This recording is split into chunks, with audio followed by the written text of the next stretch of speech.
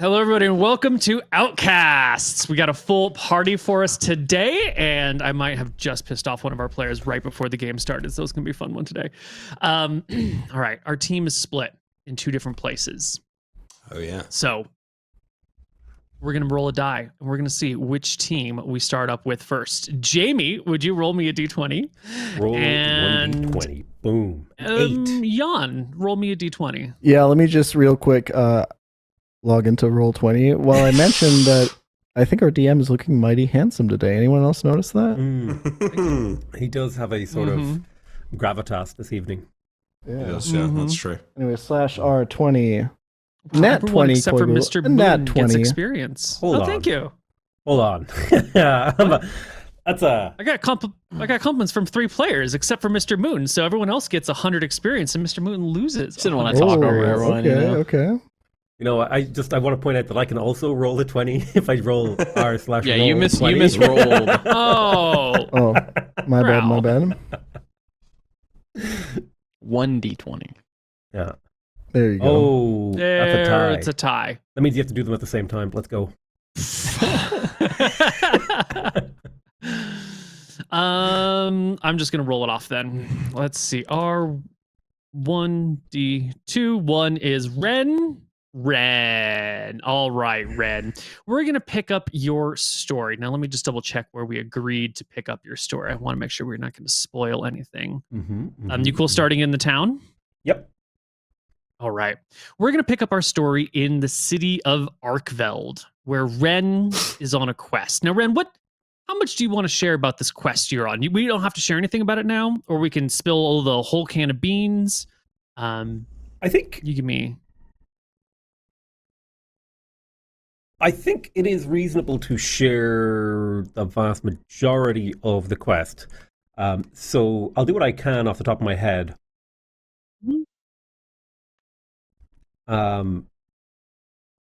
Basically, my quest has been to get to Arkveld.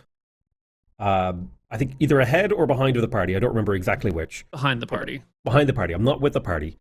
And I'm going to scout out the town while the party is doing a different task. And I'm not explicitly forbidden from meeting up with the party, but I'm also not explicitly told to meet up with the party. But it probably wouldn't be great if I was seen. It's a delicate balance, right? And my specific task is to figure out who,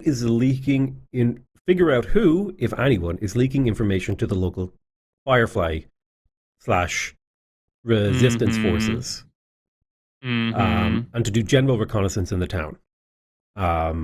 Now, that puts me in a bit of a sort of difficult position with regards to my party, because we've kind of started to become friends with the Fireflies in a little bit. Like in some places we're working with them. Like Grau has been having very big moral questions with Ren that has kind of made Ren a little bit uncomfortable. He's had to kind of reassess some of the decisions that he's made.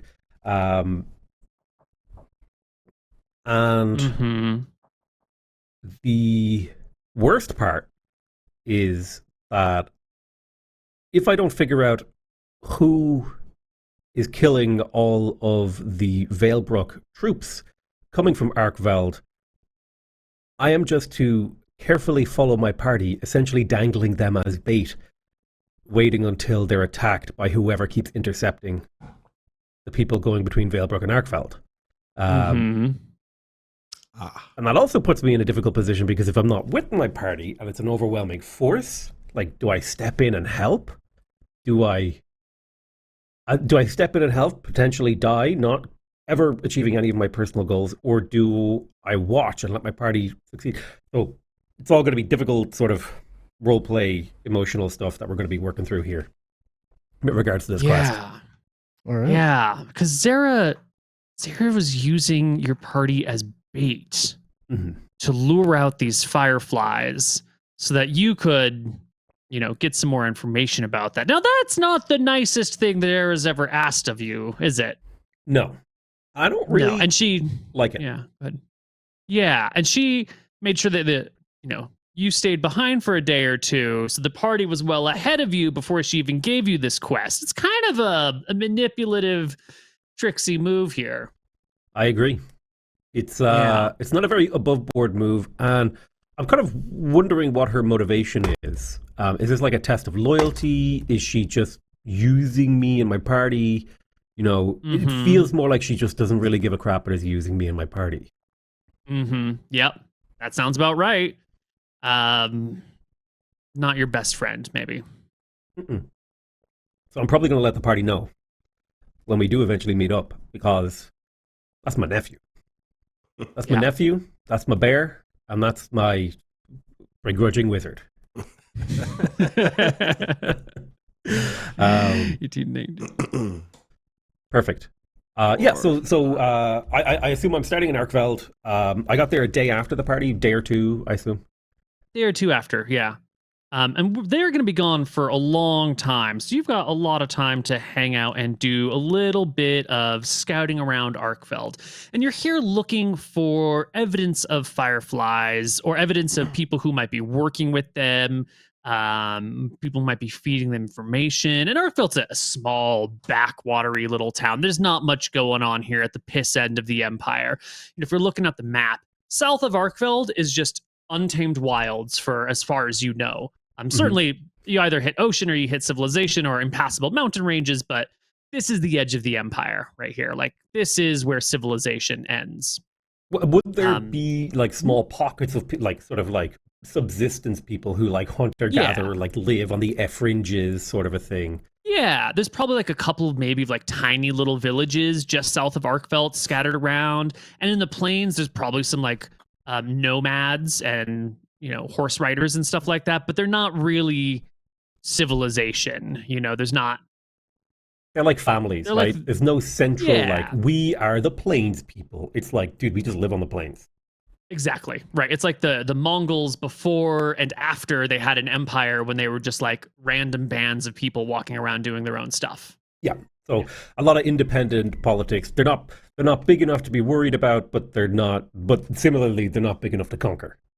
Exactly. And they They're don't kind of have in anything that- of value. Like, their clothing is made by like hunting field mice and then stitching their little furs together. And so it's just my like God. shitty mouse fur Dude, clothes. how many field mice does it take to make a cloak? Holy shit. Yeah. Yeah. A That's lot. a few weeks. And would you ever want to buy one of those? It's mouse fur. Yeah. Oh man, that'd be Yeah. so crazy too. I wonder, like, would they be like stitched together? You just see like little mouse arms in the cloak, Little as it's tails all- dangling off all over the place. Jesus. Okay, so tell me a little bit more about Arkfeld. So when I get in there, what do I see? Is it like a mid-sized town? I'm thinking in my head like a village is like a few hundred people. A town is like maybe 1,000, and then like a big town is a few thousand people, and a city is Right. like bustling. Calling this a town is a little generous. A little generous. Yeah, it's not Right. great. You know, And- there's a town area where there's a couple of shops and some taverns, and there's an outpost of like the Verosty Empire run by this woman named Everdeep. She's the captain out here. But this is like a shitty backwater post. And you Everdeep will was hear her. Sorry, was it Everpool? Everpool, yes, thank you. Gotcha. She was the one who told us about the mercenary groups actually returning, but but vanishing on the road. Yeah, there was a mercenary group that came through here looking for lodestones, came back from the goblins with these lodestones, and then disappeared between Arkfeld and the capital. Which is why we think there are fireflies involved, which is why the party's on their mission of baitness. Of course. In my journey between Veilbrook and Arkveld, did I notice any signs of combat at all on the road, or anything that would stand out? Yeah, there was some. It's mostly a boring road through the forest, but you did notice like some roadside graves. They looked kind of old. There was like an old temple that had been left to decay. There were a couple of little villages that you would have passed, but nothing super interesting. Nothing really worth mentioning at all. Just like tiny bits of civilization and things that used to be civilization 100 years ago but have been abandoned. So, but no, like, obvious, like, okay, there's clearly, like, this is the place where they strike every time, right? This is some No. sort of asymmetric. They're striking targets of opportunity. They're probably stalking. They have ambushes set up. Okay. It's 120 miles about between Arkfeld and Valebrook, and so there are some places that you notice could be useful for ambushes, but over the course of 120 miles, there's 50 of these places. For sure. So Will you reset the none of audio, them Koibu? stand out. Excuse me? Will you reset the music? Oh, yeah. Ears not getting it. Well, let's turn it off and on again.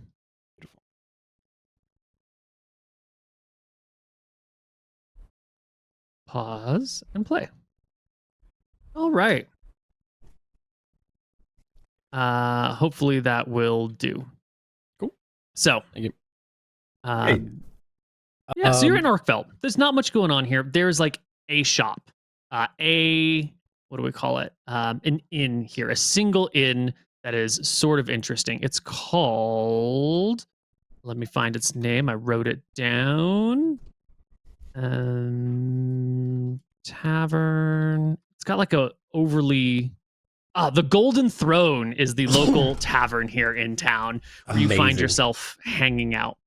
And it's just kind of just a crappy little dingy, dark place with a fireplace that burns to provide light and heat, but also for cooking. Yep. Just some regular old folks hanging out. And you're looking around looking for evidence of fireflies. How would you find evidence of fireflies? Well, so the first thing that has come into my mind, just kind of going through my head as Ren, is I want to meet up with Everpool, but I don't want to go too early because if there is firefly activity in the town, anyone who comes to the town is likely watched. And if I come into town and I immediately go up to the Verasi outpost, it's like, okay, this guy's clearly something. They may not know what I am, but nobody's going to trust me. Right. Okay. So the first thing I would start doing is sort of thinking back to the kind of places that the Fireflies have operated out of in my memory. So when I think of Swampside, I think Forest was a local guard. Yeah, he had gotten a job as a local guard. That's exactly it. And then I think when we were up in, was it Roselook or Farrelor? It was one of those holy cities where we met the half-elf. Was it a half-elf? The guy who could change his visage? Yeah, I think it was half. Yeah, I think he was a half-elf. It was when we had Steven on, I think. Mm-hmm. Oh, right. Yes. So that you were in Holy City Emberstone. Correct. I was just trying to think okay, so how do I know the Fireflies operate? Right. In Holy City Emberstone, they were all hanging out in a underground tavern, and Forest, the half-elf who can blend as a human wherever he wants, basically, it was sort of their eyes and ears and scout walking around. And back in Swampside, Forest had gotten a job as a local town guard, hanging out and doing his own thing. So I think my cover for coming to this town is that I am a traveling entertainer. And Great. I'm just looking for interesting stories. So I'll be engaging people in the bar, about local gossip. I'll be like, hey, you got any local legends, local this, local that? And, I'll see if I can arrange with the barman, hey, I'll put on a show every evening for the local people for, the free room and board, maybe free food or something, so that take a little bit of the edge off my expenses. And that kind of tracks with the whole traveling entertainer thing. Right. Yeah, well, they'll tell you that their normal entertainer is a gnome named Clubby who has just been taken out of town. And so they are shy any sort of entertainment. And as long as you're not as annoying as that gnome, they're happy to hire you. Perfect. Yeah, I'll negotiate room and board, food, and days off and stuff like that. And say, look, I'll be in town for, I'm not sure how long, but I want to learn things. And approximately how long do I know that the team will take to get the lodestones? Let's give you a nice ballpark, because you never know really how long it's going to take. But if it's is it days or weeks? This is going to change. 4, 5, 6, 7, 8, 9. It'll probably take 20 days ish. Okay, so I've got, say, 3 weeks at a best guess, which means the sort of intensity of my intel gathering doesn't have to be very high in the beginning. I can do a lot of passive understanding, like building, like, okay, Farmer John works on this western field, he knows this guy, oh, these guys went to his house at night the other night, and then they met up with this guy. So I can do a lot of sort of like building the web of who knows who, what are the relationships, what are the local feuds, and sort of just generally passively kind of observing, picking up on gossip. And so, and this is how I will engage the local people. I don't know how much role-playing you want to do on this sort of front, but basically, I'm going to tell them sort of semi-made up but believable sort of gossip from my hometown. Be like, oh, you know, Jimmy the snitch went to the local magistrate and told them that, you know, Farmer Brody was making, moonshine illegally, blah, blah, blah, blah, blah. And then there was fisticuffs and just kind of this sort of thing, and sharing a little to see if they share a little back, and I can figure out what the local there's nothing gossip going is. on in this town. They want to hear all your local gossip. They want to hear everything you've got, because this place is fucking boring. And so you sit down and you start talking about this, and like, oh, well, did you hear? Farmer Jimmy? New calf died. Oh my God. You know, right out of the cooch, and then bam, dead on the ground instantly. It was just the worst thing that's ever happened. And local gossip is this level of like, you know, what's happening with the animals at first. But then once you start to like get a little bit more, all of a sudden like the dark things come out, and someone's like, you know, there's that woman. Lives on the edge of town. Her name's Martha. Named her after the goddess, but I'm pretty sure she's a secret hag. She hasn't really aged in the last 20 years. She still looks like she's in her early 30s. I don't know how she does it. Maybe it's that she goes deep into the woods all the time. You know, she's got these herbs and spices that she gathers out there. I don't believe it for 1 minute. I think she's been seduced by the fae folk of the woods. You know, this Martha chick, can't really trust her. There's something about her. You ever see her, don't tell her your true name. And this, I'll take this like really seriously, and I'm like, yeah, don't tell her her name. Okay, got it. But in my head, I'm like filing this as like, this is just stupid local made up bullshit. Right. Okay. Well, why don't you give me, you're taking your time to get to know these people. You're taking 3 weeks. Why don't you give me a charisma check at advantage, because you're taking your time for the first week, and we'll see what sort of leads we can generate. You want me to do, I'll roll charisma twice, and we'll take the highest number. So perfect. I got a 11 and a 12. Those are bad rolls, man. Those are atrocious, dude. Well, I think the first week in town, there's not much going on, because it's such a backwater that all the stories you hear, you can file into like stupid local legends, and like, oh yep, there's another cow story. Ooh, there's a cat with kittens. Whoop de fucking do. Oh yeah, everyone hears some sort of like demon or sorceress or trickster, or like it's a bunch of crappy local legends. And so that was like my first week of like getting to know the local people who would be social and well connected. And this allows me to essentially eliminate a layer of the society that's well connected to everyone else. It's hard to be up to anything nefarious if people are all up in your business, right? These people all know who's dating who's cheating on whose calf is giving babies, who just had kittens. Yeah. Also, can I get a kitten? You could absolutely get a kitten. They will give you a kitten for free. You don't have to buy kittens. There's too many of them, and they're just going to toss them out on the streets, and then they're going to maybe survive, maybe starve, who knows, but they don't want the kittens. They are unwanted. Ren loves animals. I'm going to call this kitten Orion. He's going to be a little... Wait, you want like a... What color is this cat? Cat roll. We gotta roll this, I think. Like a little ginger kitty. Let's do it. D6. Give me a D6. D6, yeah. 1d6, okay.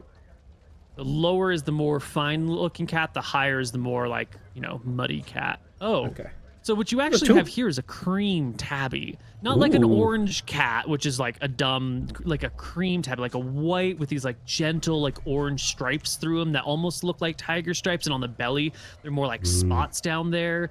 And he's got like short fur, a nice square face, a cute little button nose, perfectly triangular ears. Like, this is a nice little kitten that someone hands you when you're asking about a cat. Perfect. I got myself a cream tabby cat who I will immediately try to bond with and teach tricks in my spare time. Yeah. Great. You got a ferret? you've got a cat. You can try and teach them both tricks. You can hang out at the tavern with them and get to know the other people in the area. It's all going well. You haven't seen any signs of the fireflies, although if you could find signs immediately, that would be kind of suspicious in and of itself. Right? Yeah, perfect. So for week 2, I want to try to get a lay of the political situation here. So obviously you have deep, Everpool. Sorry, not deep. Everpool is the sort of local town guard, the local commander, the local. She's the captain. She's in charge of all of the Rossi Empire related things here, and she's got like 5 people that work under her. But there's not much to do out here, to be honest. What else is the political structure of this town? Like, is there a mayor? Is there a... Because usually in these small towns, there'll be, like, an institution that is strong. So it might be, like, the mayor, or it might be the church, or it could be the local mine. If there's a silver mine nearby, the person that owns the silver mine is usually the powerful person in the area, right? So... Is there some sort of resource extraction or church or mayor who would be the sort of most powerful common person? There is a local elder, I think, who is the most powerful person. And they'll do most of the normal stuff. Everpool is the person who has all the real power and influence in the area in terms of like actually making proper decisions, because she has some soldiers with her. She's a capable warrior in and of herself. She's connected to the empire, but like she doesn't get involved in the day-to-day politics and the day-to-day managing of things. That would be the local elder, who is. Yeah. So I think my goal with this next week would be to do my best to get a chance encounter with the elder. Like if they're ever in the tavern, maybe sit down and say, "Hey, I haven't seen you before. How's it going?" Or start trying to build a relationship with them, say hi, and also I'm trying to get an idea of the sentiment of the people in this town towards the Vorasi Empire. Like, are people upset about the policies that Everpool are implementing? Like, what is the sort of vibe check? Are people... No. Yeah. Why don't you give me, you're here for a while. It's easy to talk about these things. The general opinion is we just don't really care. Like, they don't bother us. We don't bother them. They've got an outpost down here just like as a way of scouting out what's happening at the edge of the empire, but they don't Arkfeld has so little value that the empire just more or less ignores it as long as they go along with, whatever dumb things the empire needs from time to time. It's almost a non-starter. Yeah, it'll be like, oh, we need like 5 bushels of grain to meet the local region's grain, blah, blah, exactly. blah. Or like, hey, here's a couple of extra soldiers. Find a house in town for them. Or like, we're going to steal a plot of land. But there's like so much land around. And like, they'll build a little thing or an outpost. And some people are like, hey, there's extra people here. There's like, now there's money coming in from somewhere else. That's kind of cool. And someone else will be like, they requisitioned my cows and they didn't pay me for them. Arr. But like, it's kind of a wash. It's a sad backwater.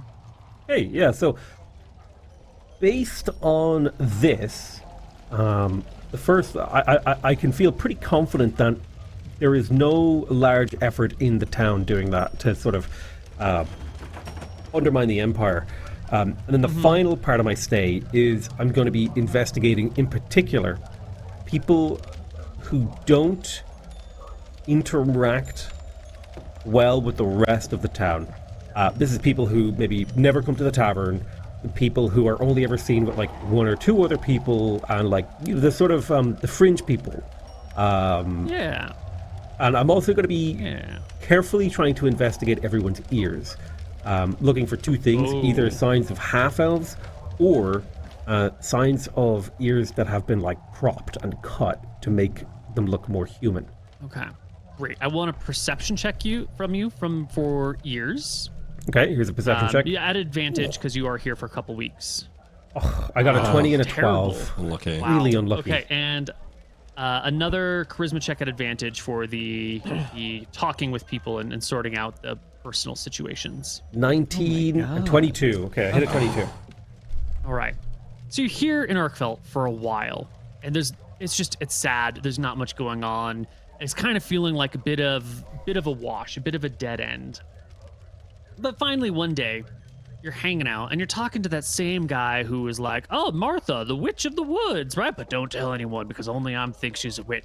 You're talking to this guy, and he mentions a detail that to him doesn't seem that important, but you pick up on kind of interestingly. He tells you that he's telling one of his tall tales about this Martha chick who seems to have like this eternal youth. She stopped aging at 30, which is maybe a little interesting. Like maybe that's a half elf thing, or maybe that's just, crazy old man who's drunk all the time, can't tell the difference between a person. But what gets you is that it seems that she has been collecting like wicker coins somehow. She doesn't make wicker, but she's got these wicker coins. And he's telling it as like a side note of like he went to her house one day because she is a healer, and he had a spider bite and it was infected. So he like goes to her and he's listing all the things in her house, and they all sound like things that a person with a hut in the woods would have. But then he mentions casually that she's got these wicker looking coins that are lying around, and then moves on really quickly. And that seems unusual. No one uses wicker coins anywhere. You're not even certain if those would be affiliated with elves in any way, shape, or form, but the only people who might be using a wicker, or like a plant-based coin, would be elves. It's a small lead. Okay. So with that information, I'll finish up the conversation, have a chat with him, and I'll do my best not to seem like that information stood out to me. And I will, depending on the time of night, like if it's evening and it's dark, I will go investigate Martha's house, sort of sneakily. And if it's during the day, I will sort of make up an ailment of some kind to go to her house. Well, he's telling you this in the morning, right? He's here early because he's got in addition to the spider bite, he's got a foot that was infected and had to be cut off. So he can't really do much in the fields anymore. He does more of just like milling, not milling. What do you call it when you're like taking the husk off of the wheat? The threshing, maybe? Yeah, threshing. No, that's a difference. Yeah. He's doing some job where he doesn't have to walk around because he's missing a foot. And so he's hanging out in the tavern early in the morning. So it's, 7, 8 a.m. Perfect. When you get this bit of information. Yeah, I'll wrap up the conversation. I'll say to him, "Hey, you know what? Maybe I should go visit her because I've got this ache in my back, and I think I twisted my foot performing the other night. So I'll go see if she can help me out with that. I'll finish my my drink, and I'll make my way over to Martha's." Yeah, you can make your way out of town, follow the directions you've been given. Martha's got a cottage, maybe an hour out of town, along this little creek, up this little rise. You'll find the oak tree, just go past the oak tree, and then you'll see the picket fence and the cottage out there. And sure enough, you follow these directions, and there's a little cottage about an hour out of town. It's got a little fence, got a little garden inside. It's got a nice fireplace that's pumping out smoke. And there's this woman.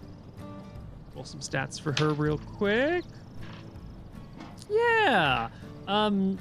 You don't know what this guy's talking about, her not aging, because she definitely looks like she's, in her mid-40s. And she's out there with an axe, splitting some firewood in the morning. And I think, perception check real quick. Yeah, at one moment when she's like wiping the sweat from her brow, she'll see you approaching and drop her axe down and give you a friendly wave and take her hat off and wipe the sweat away again and put the hat back on and come on over to the edge of the fence and wait to talk to you.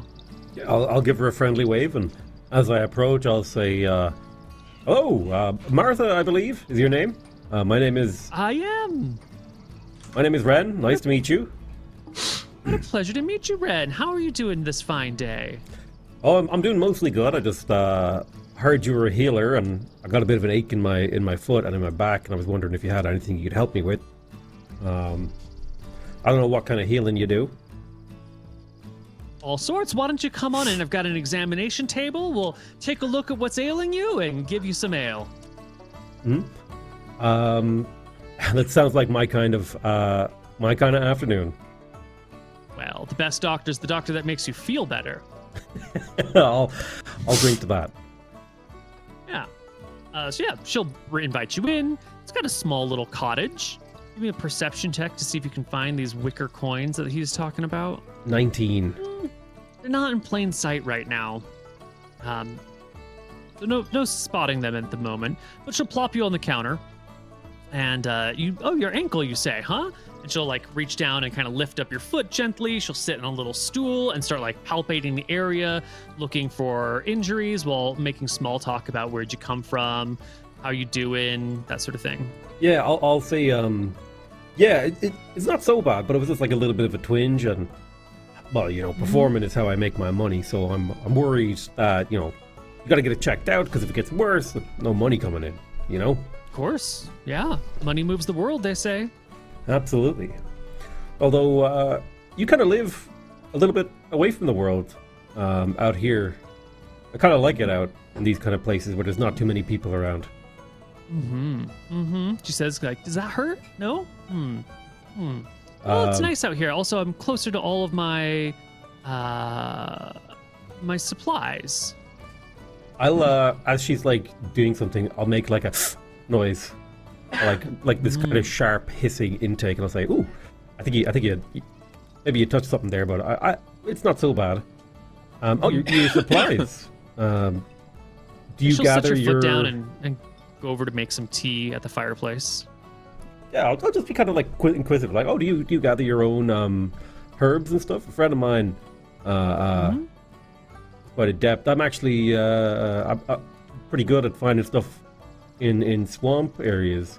You never have any trouble out here with like elves? I've heard elves to be roaming around here in this area. Elves?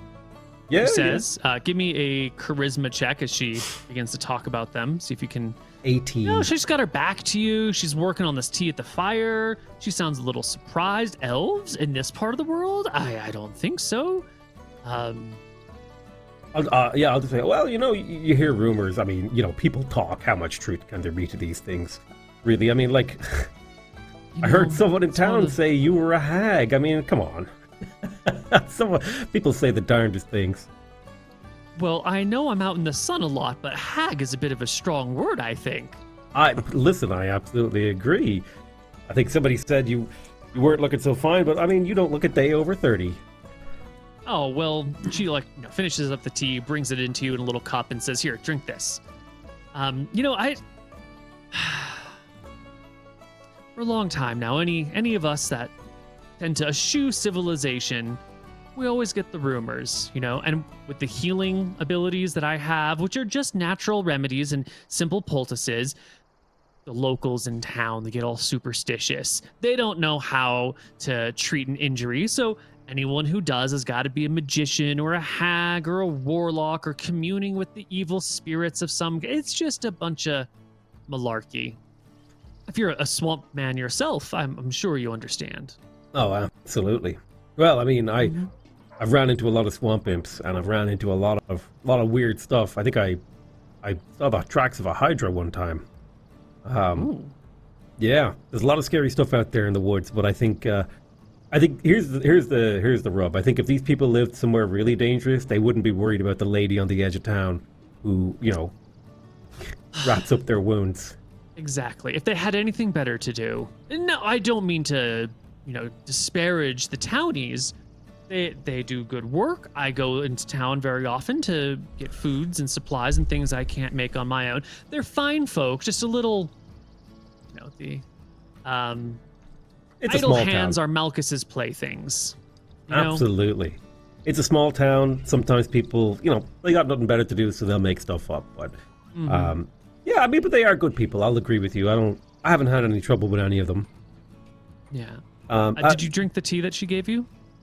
I smelled it and I took a very small sip of it.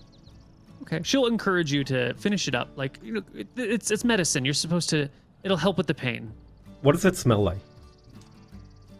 It kind of smells like dirt and bark, or, it smells like a tree that's been boiled. It just smells, it's not bad, but it's not great. I will try to choke down the tea, assuming that, she isn't trying to kill me immediately. Doesn't seem like it. Yeah, I'll chug down the tea, and I'll say to her, so you got any like poultices for aches? I got a little bit of an ache in my lower back. I'm getting on in the years and waking up in the mornings. Would you flip over and lift up your shirt, lay down on the table? I'll see if I can find where that pain is. Yeah, I'll lay down on the table, and it's like this is actually a genuine ache that Ren has. It's on my lower left back, like just like maybe half a foot above the butt cheek. There's like that little twinge in the lower back spinal area. Yeah.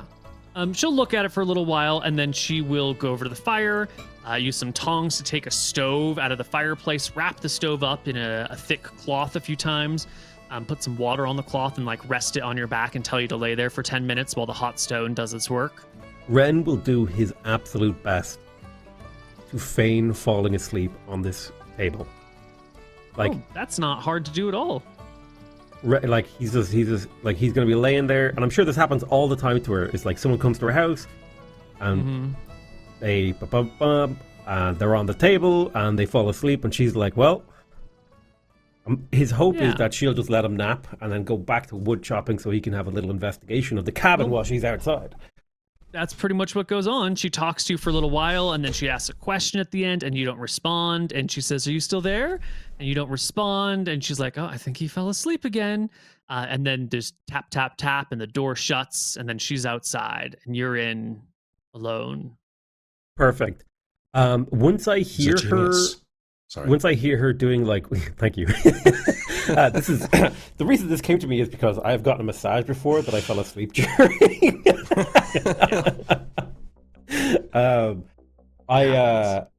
It does happen. I wait until I hear her doing something outside, like wood chopping, to where small little noises from the house probably wouldn't be noticed.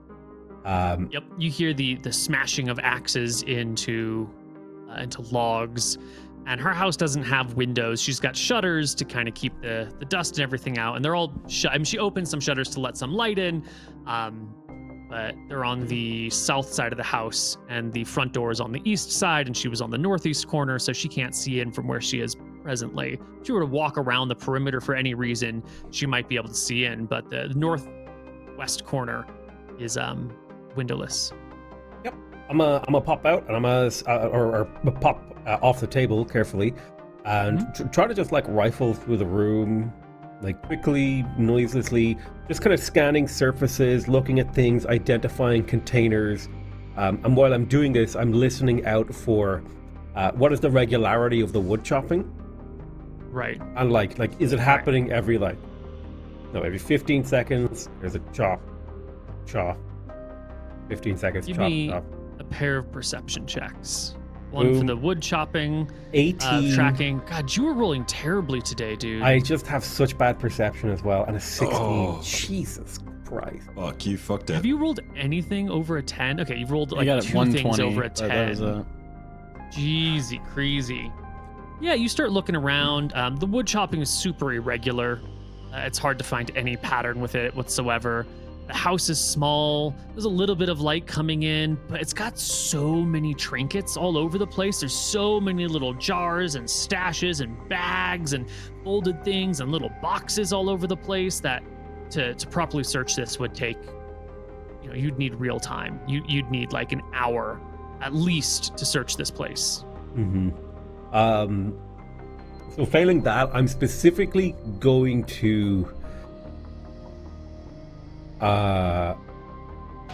look for wicker coin. That's going to be the specific thing, and that those should be reasonable. Like if they're at the top of a pile, it should be reasonable that I could just find them if I know roughly what they look like. That's the only thing I'm looking for now. Okay, so these wicker coins, they are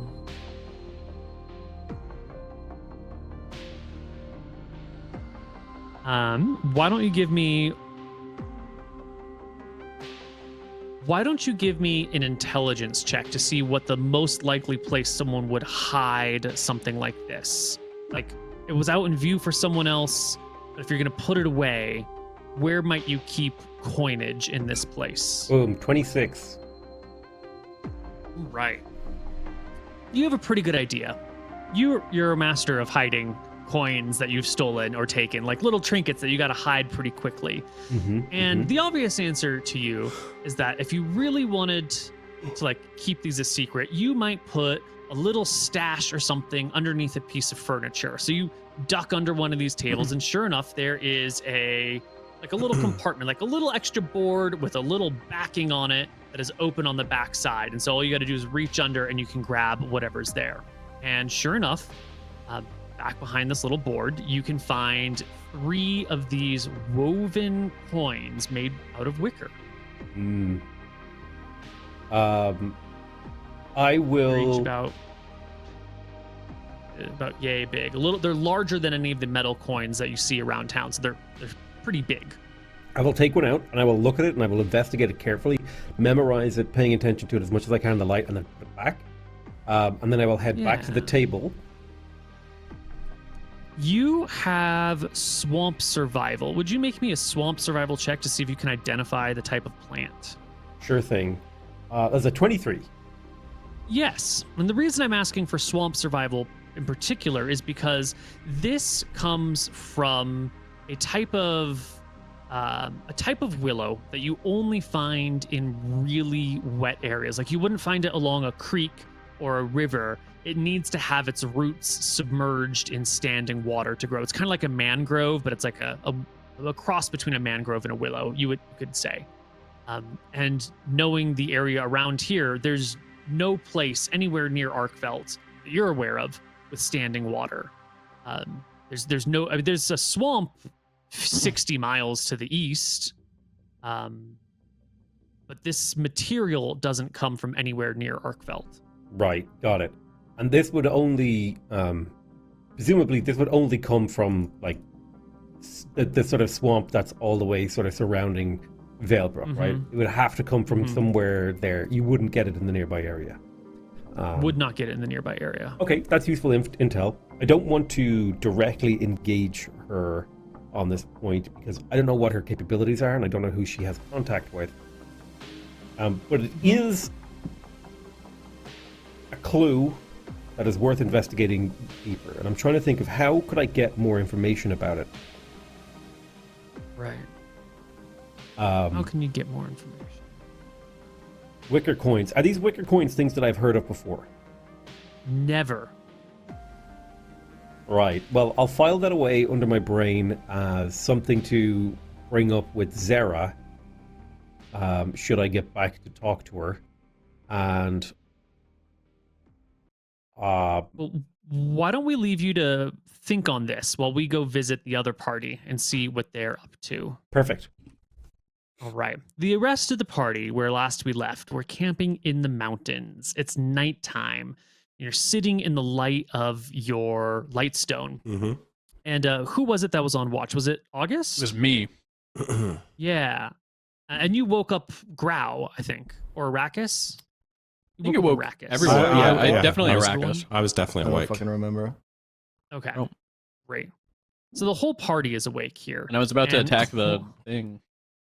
Yeah, climbing down this Right. mountain. I recall. Is this monster, this like white-haired, white-eyed thing that is just scaling down the mountain in plain view of you in the light of your lightstone, while otherwise it's nighttime out, and then creeping along the ground as if it's somehow hiding while you're staring directly at it. Yeah, I'm gonna attack it. Okay. Wait. Yeah, wait. Go ahead and step forward. Oh. I put my arm in front of August. I'm pretty sure last time we like agreed to attack this thing. I've had since time to think, and you know I don't have time to explain this to you because we can't talk. Like I'm being quiet, and I mouth the word to you. Cover me, okay? And then I'd like to roll initiative to cast a spell. Okay. Let me just scroll up here. Scrolly. Okay. That should be fine. The creature is... Roll me initiative. Thank you. No chance. All right, Arrakis. You go first. Yeah, so I start chanting my sleep spell quickly. It's a short spell, and I'm casting it quickly. Does the thing react immediately? Yes, instantly. Yeah. He starts running towards me. Yeah. Yep. Okay. Right towards you. Well, I cast my sleep spell as he's coming. That's my hit die. 3 should be you- enough. Passes out immediately and does not make it all the way to you. And then I turn to my party and say, "These things are blind. They hunt on sound and smell. If we kill him, we're bound to draw others to us." What do you want to do with him? Well, how far in the night are we now? I would, it is a cloudy night. You have I was no the first idea on how watch, deep I think. in- We're not Yeah. super far in. Yeah. We've got some time. I mean, he's going to be asleep for a while. I say, ideally, I'd like to find out where his lair is. Maybe these guys are the ones that took the lodestones. But, maybe that's too dangerous. But I did have a funny thought. You know, they're blind. What if we stash this lightstone inside of its pockets? And if we come back in the future, we'll be able to find their lair. And they're blind. They won't even know. You don't think he'll check his pockets? I mean, it's just a stone. I shrug. Sure. But, that'd mean moving camp. Or we could just gag the thing and tie it up here until we're ready to leave in the morning. So we just move the camp? Leave him here with the lightstone in his pocket? I look to the rest of the party. The gnome and the bear. I go into gnome form, I guess.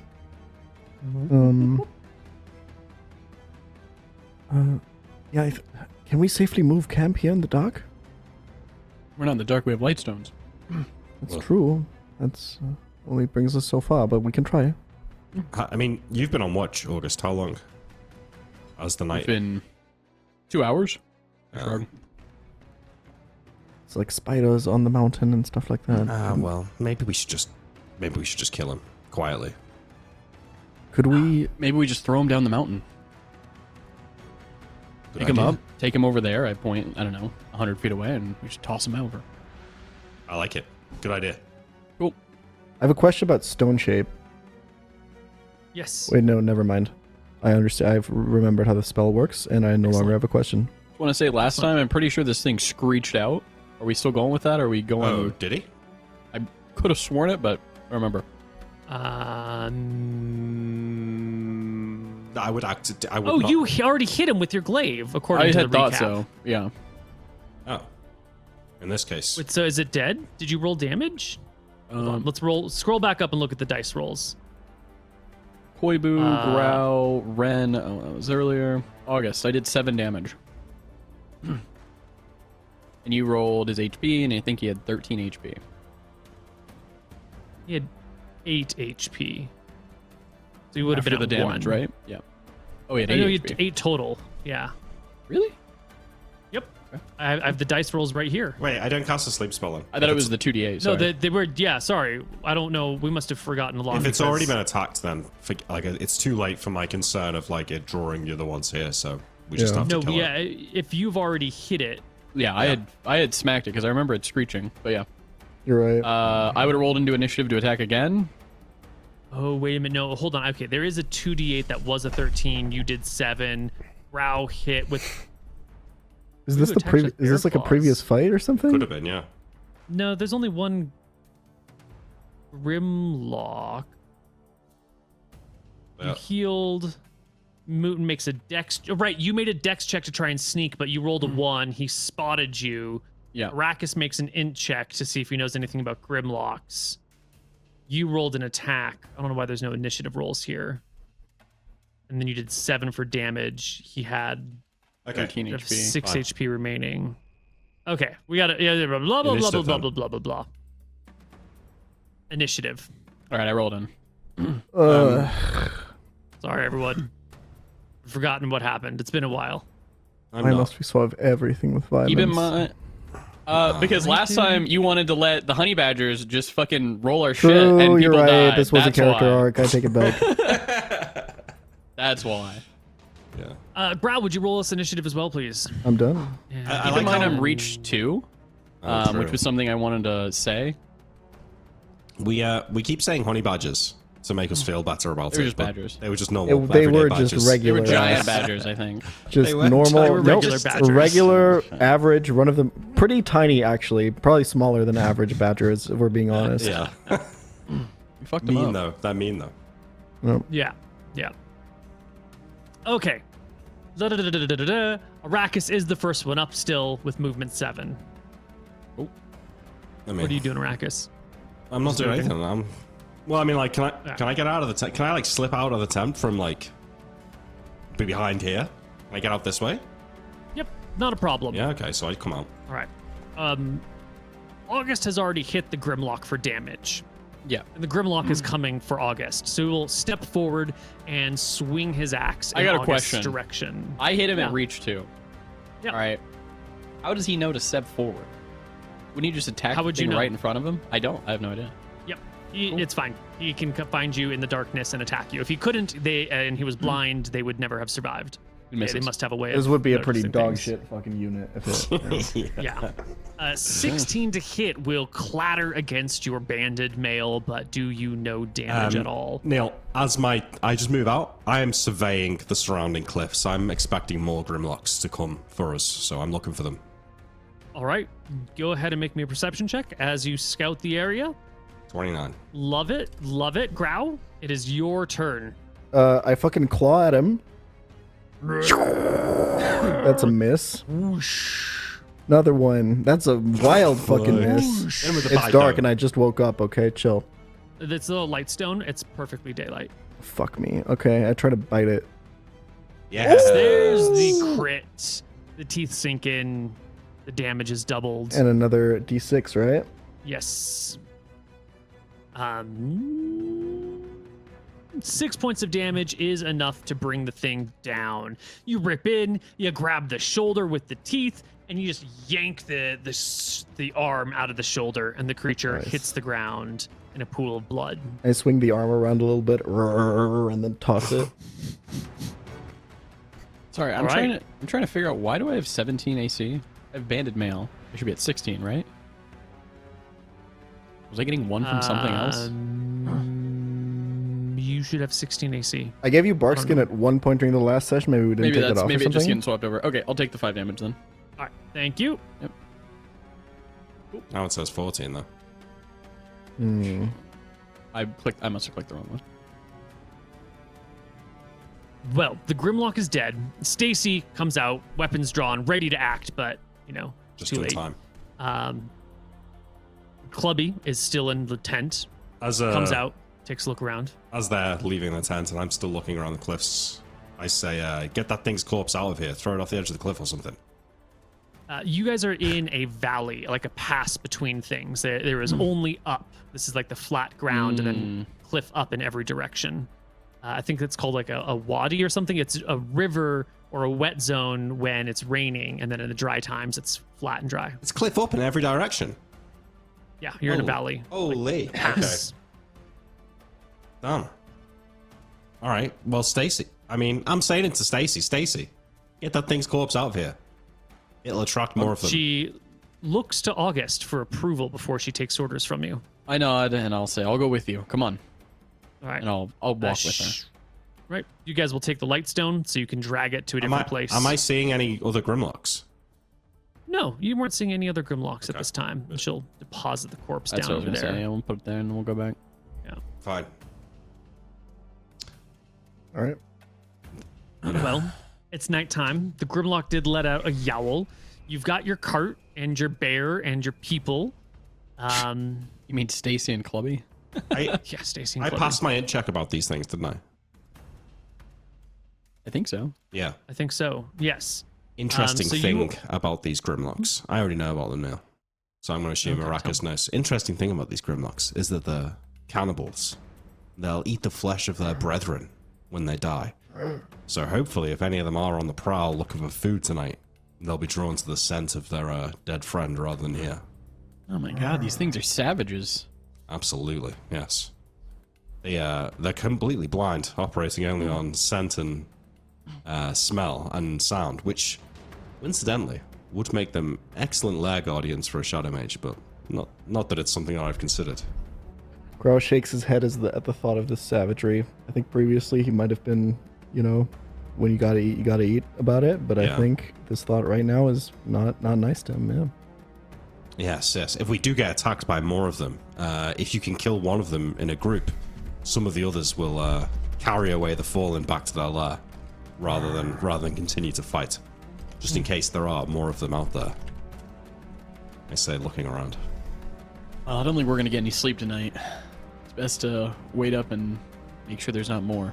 Well, speak for yourself. I have important spells to memorize in the morning, and I do need my kit. But I'll leave it to you fine chaps to make sure that we're all nice and safe. Growl will also be making his way back into the tent. Stacy volunteers to take watch with August and stay up for the rest of the night. Stacy, so holy that the shit. casters can get their sleep. Okay. Clubby's a little bit terrified. She mentions quietly that she won't be able to sleep for a little while, but she's gonna start working on a story about. Isn't Clubby in the Grimlocks other and- part of the... Am I mixing something Clubby's up right here. now? Okay. Clubby's my the bad, my gnome bad. who was No, giving yeah, I us remember now. direction. I do remember. It's Yeah, my bad, literally my bad. everyone else dead apart from Stacy. and Clubby. Based. Think of the X. Based. Think Small of the X group. based. Yeah. Did you get the entire party of followers killed? Neil Listen. killed them. Higher party. It was a whole thing. There was There was like a lot spiders. of People got spiders. poisoned. We had to do like triage and shit like that. Oh, Health no. potions were Potions fumbled of- to the ground. It was good. It was good stuff. There were potions of neutralized poison, but not enough to go around. It was The whole moment. It was a good thing because it was like the spiders did this poison where it doesn't do anything for like 10 minutes, but then you take 15 damage. Uh-oh. So it's like we all kind of knew that they were going to die, the ones who'd been bitten, but they've got less than 15 health, so there's like nothing really that you can do about it. they still wanted shit. the potions. Yeah, they still wanted the potions, yeah.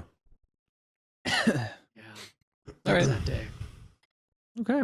I watch. The night, as the night progresses, you hear the sounds of other creatures out there. That same shrill shriek, you hear it again from maybe 150 feet away, maybe in half an hour or so. 150 It's off in the feet. dark.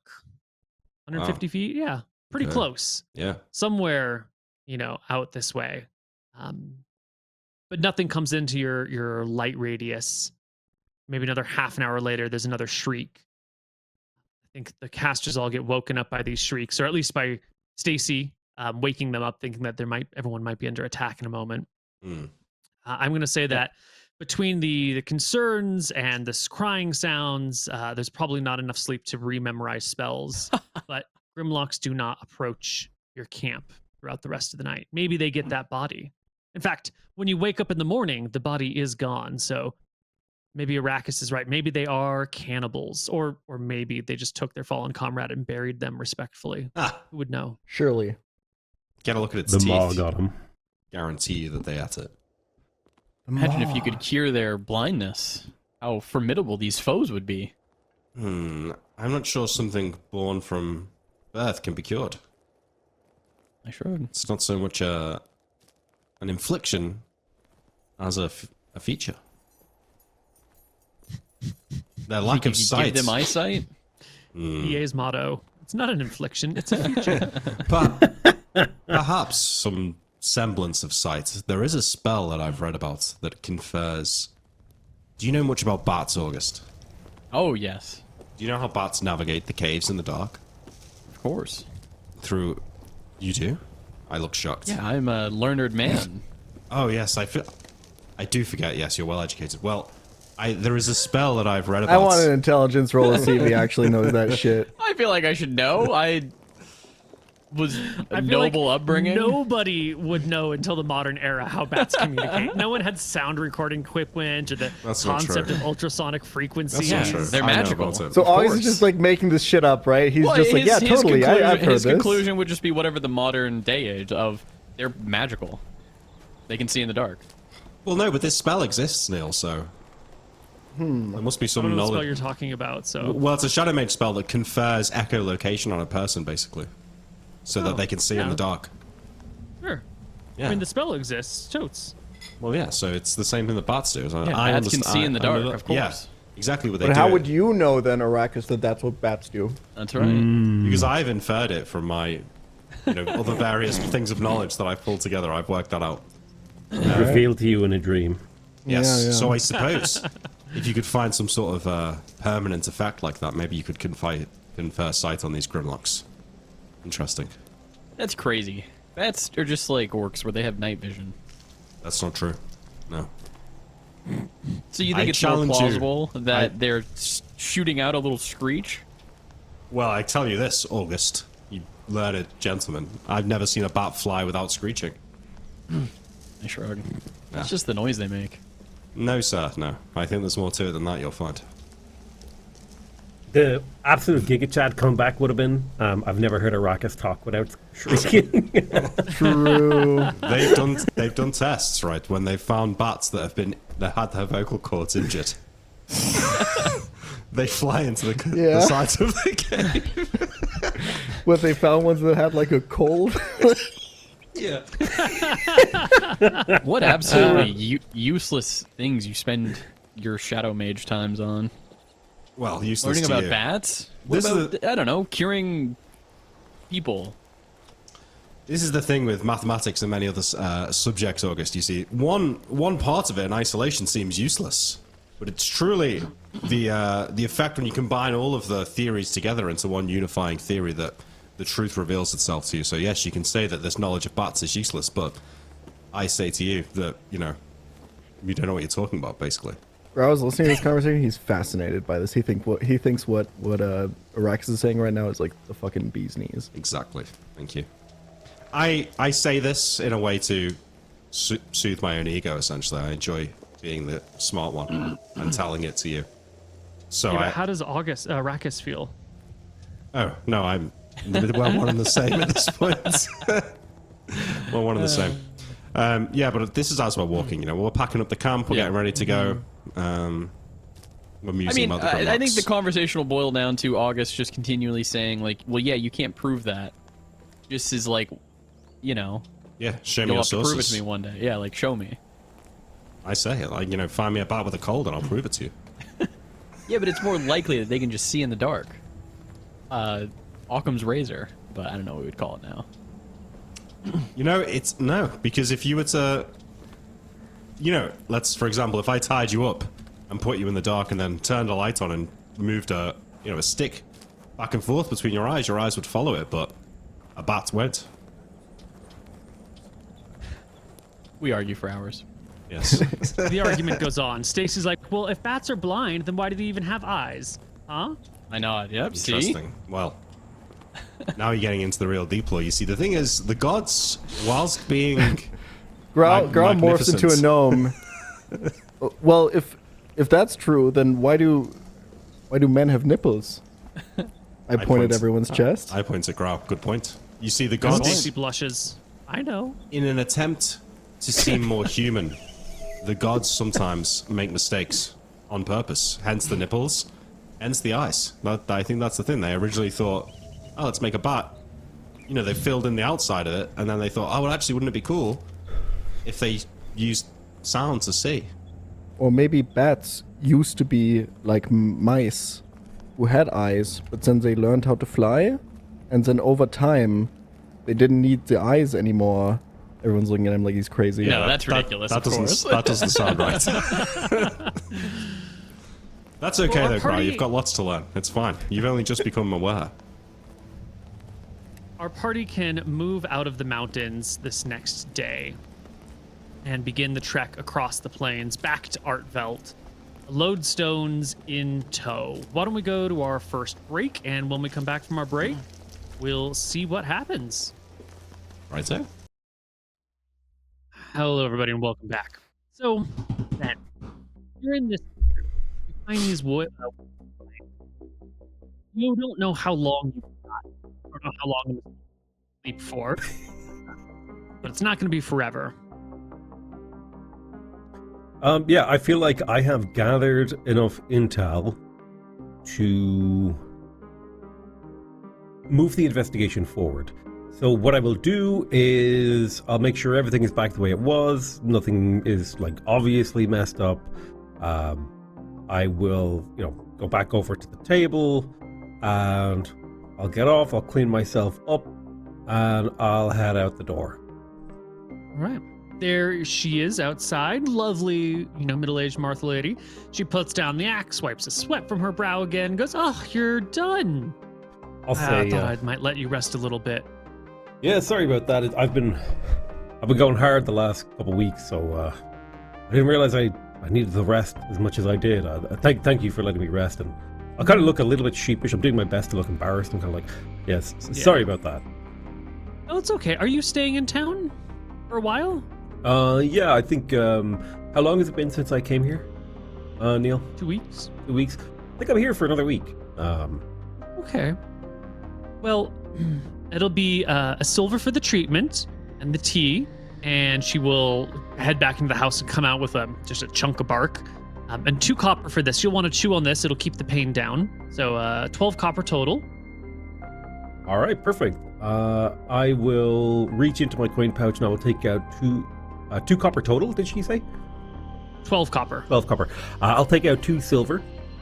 Mm-hmm. I'll give her the silver and I'll say, a little bit extra for, not giving me a hard time about the nap. Thank you so much. My pleasure. And just a parting word of advice. There's some agents of some mercenaries that have been coming through Arkfeld recently that you might want to stay away from. Mercenary? Yeah, I mean, I'm sure you might see them if you're in town and everything. They're interesting folks, but I would keep my distance. The Wait, why? Why is that? Are they bad folk? Well, they've been flying the flag of Magistrate Zera, and anyone who flies that flag has a penchant for killing anything that gets in their way. And I saw your musical instruments, and I figured that a traveling bard like yourself might, pick up friends along the way, and just be careful. Okay. I'm sure you'll be fine. Yeah, well, I mean, I will be careful. Normally, I would go with a party of mercenaries or something if I was heading back to where I was coming from. It's always safe to travel in groups. I'll keep my eye out. That's what I was afraid of. Yeah, I'll probably, what would you recommend against traveling with them? In case like they turn on me or something? Well, I'm sure you know that dangerous people attract to either live by the sword, die by the sword sort of lifestyle, and I'd prefer to live by the flute and die by the flute. Exactly. It's a long journey along the road, or out into the wood, into the fields. So just watch out. It's a flag that's black with a green stripe through it. You'll recognize it from a mile away. Okay. Thank you. I'll be careful and not I'll don't keep my believe the distance. rumors that I'm a witch. Well, even if you were a witch, I'd still come to visit. You're that sweet. pleasant. I'll give her a little bow, and I'll thank her for looking out for me, and I'll say, have a good day, and best of luck to you. I'll even say sweetheart, and I'll give her a little wink. How did she feel about that? Was that too far? No, she's a friendly person. She gives you a broad smile, and she gives you the over flattery of a fancy curtsy that she's doing in her pants with her axe nearby. Overplaying the hostess role. She meets you in your overtness. Okay, I'll give her a little thing. I head back to town, and now Ren's head is churning with the implications of what he has discovered here and how he should approach how to solve the situation. So, what's going through his head right now is she clearly knows that these mercenaries are going to get attacked, and she's warning me not to go with them because she doesn't want me to get attacked with them. Like that's the implication that's been put into his head. And now he's thinking, okay, she's the spy. She's doing his passing information. She lives on the fringe of the town. She's gathering intel for the elves and passing it back and forth. And she has these weird coins. I don't know what the hell those coins are. But Ren is also kind of torn. Like, okay, does he want to act with complete agency here and go straight to Deep Pool? What was her name? Everpool. You said Everdeep once, and now just deep. Every time I think of her, it's just like deep. Which is what your mom says. No, I go. Yeah, I'm thinking about like, oh fuck, do I go to Everpool? Do I tell her? How much do I tell her? Do I try to take Martha in myself? What if there are elves nearby who intercept me? Should I tell my party? But then, when all of this is going through my head, I'm like, damn, how solid is the case that I have against her? Really, like, okay, some weird coins hidden in a compartment. She kind of warned me against hanging out with mercenaries in an area where mercenaries are getting attacked. It's very suspicious, but it's not like an ironclad case. It's possible she's an agent of the Fireflies. It's possible she isn't. So depending on how much time is left in the week, what I will do is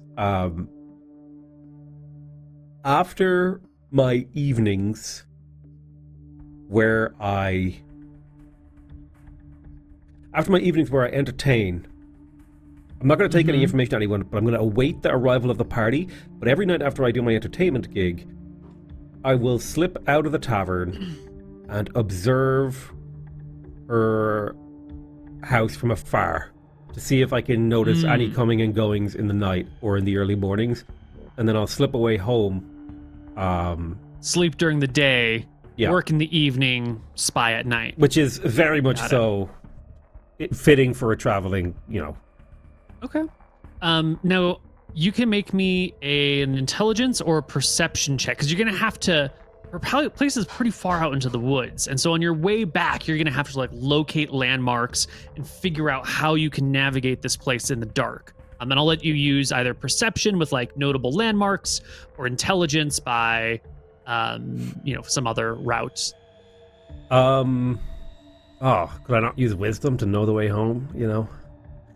No, I was gonna do perception. Okay. Why, they both your bad stats? Oh, they're the worst stats. I'll do a perception check.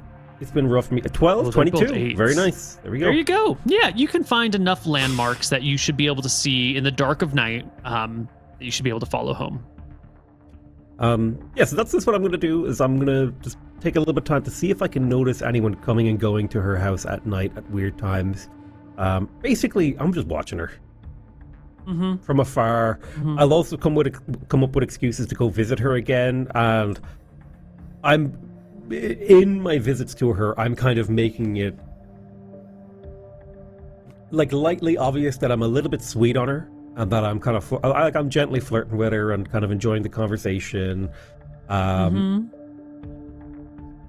sort of thing. Yeah, perfect. Well, why don't you give me a charisma check for how your gentle flirting comes across? Boom. That's an 11. Oh, buddy, you're rolling the worst things today. Just remember, and I think I rolled 2 sub 5s on the D100 to disarm those traps. I want everyone to remember that. It's true. You did amazing. So you're flirting. You get the impression that to her this is just like a silly game, and she is reciprocating, but in the way that like there's no way she could be taking you seriously. Like your flirting is just sort of like, it's as if like clown came to your house and pretended to flirt with you, and you're like playing along with the game because the game is kind of fun, but there's nothing there behind it. It's just playful. I'm coming up with excuses to visit her place to see if I ever happen to be there when information is being exchanged, or if there's other people there or whatever, right? I'm hanging out. All right, now let's see. I need to roll, if you're going through the woods at night, we're going to need a couple of encounter rules just to see if there's any dangers that you run into by yourself with your kitten and your ferret. I am the danger in the night. I don't even know if I have my dogs. 1, 2. Are you? Yeah, I forgot about the dogs, but you've got two dogs, a ferret, now a kitten, and technically a bear as well. I'm building a menagerie. Yeah, that's fucking that's insane, dude. Like, are you carrying the kitten around with you? Kitten's in my pocket. Kitten in around, pocket, of course. ferret around the neck, dogs on a leash, bear on a mission. Yep. Listen, all I got to get is a horse, maybe a cow, a couple of goats. Fuck. Yeah, man, you're a working farm. You could make a whole new class. You could be Beastmaster. Absolutely. Yeah. We're going to do the first 3 nights that you sneak back to her place. I would like you to make me... I'd like you to make me a perception check and a con check. The con check is to, like, force yourself to stay awake while you're hanging out in the woods all night long. Ooh. Nat 20 perception check, baby. Nice. And here's the All right, con well, check. definitely- Boom, 19. Easily, barely failing. All right. Now that's unfortunate because that means if there's something to see this day, you would see it, but also you're not going to stay awake the whole night. So if there is something to see, does it happen before or after you fall asleep? Now 19, you just barely fail here. So you're going to nod off a few times in the middle. You did roll a 20. This is just for the first day. So we're going to roll these dice and then keep rolling some more dice. Okay, there we go. And Anything? give me another perception and con. All right, here you go. Perception and con. Boom. It's a 21 Nice. on the perception. Boom. 23 on the con. I'm awake Let's go. and alert. Okay. Yes, first day you fall asleep somewhere in the middle of the night, and there was nothing to see. The second night out here, you managed to pull the all-nighter properly in the woods. It's really fucking boring in the woods at night by yourself, and it's kind of cold. You got the animals with you, and the dogs are passed out, and the cat's cuddled up on you, and the ferret's You got these like warm, fuzzy animals that you can like snuggle with, and they're nice, but they also put you to sleep pretty easily. Yeah. What? I need a D100 for.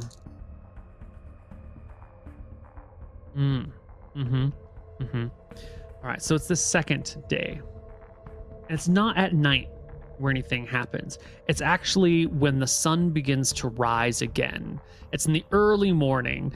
Like the sun starts to come up, you pack your things up nice and quietly. You see like the house is still a little bit quiet, and then like a little bit of smoke begins to rise from the chimney, indicating that Martha's woken up and that she's like relighting the fire and everything. And it's, when daylight comes up, it's time to head home. You don't want her to catch you spying on her. And as you pick up to head out, you will see a group of 4 figures dressed fairly plainly in greens and tans, hides and woven clothing, approaching the house. And would you give me another perception check just to see what sort of details you can pull out of these 4 people who are showing up at morning? There we go. 20. These are the rolls, baby. Well, at least the second night, maybe even the night before, but you fell asleep at some point. So maybe they visit her every night, or maybe they're just visiting her this night. But there is a group of 4 blonde hair, pointy eared, thin folks moving with grace and silence through the night. Like you don't even hear their footsteps as they walk across the forest floor to her house. You happen to notice them, and they're not particularly trying to hide. They're not even trying to move quietly, but their footsteps make no sound in the forest as they arrive. I'm gonna pay Knock on her front door. a lot of attention. Like, I'm taking in all the details. I'm taking in, okay, which direction did they come from? Which direction are they going to head to? Rough equipment. Every single detail that I can take down, I'm taking down mentally. Well, they're wearing chainmail, but you can only tell that they're wearing chainmail. Like it's underneath their clothing, which is weird. Normally, if you like have chainmail, it'd have to have padding underneath it, and then if you put clothing on top of it, it's kind of bulky and awkward. And like you would normally wear your chainmail and its padding over your clothes, but these people have these like really light, loose tunics that look like you don't wear any chainmail over them, under them. And it's when someone reaches into a like for their water skin and lift the water skin that like the tunic comes up just a smidge, and you can see the reflective mail that like dangles down to their hips.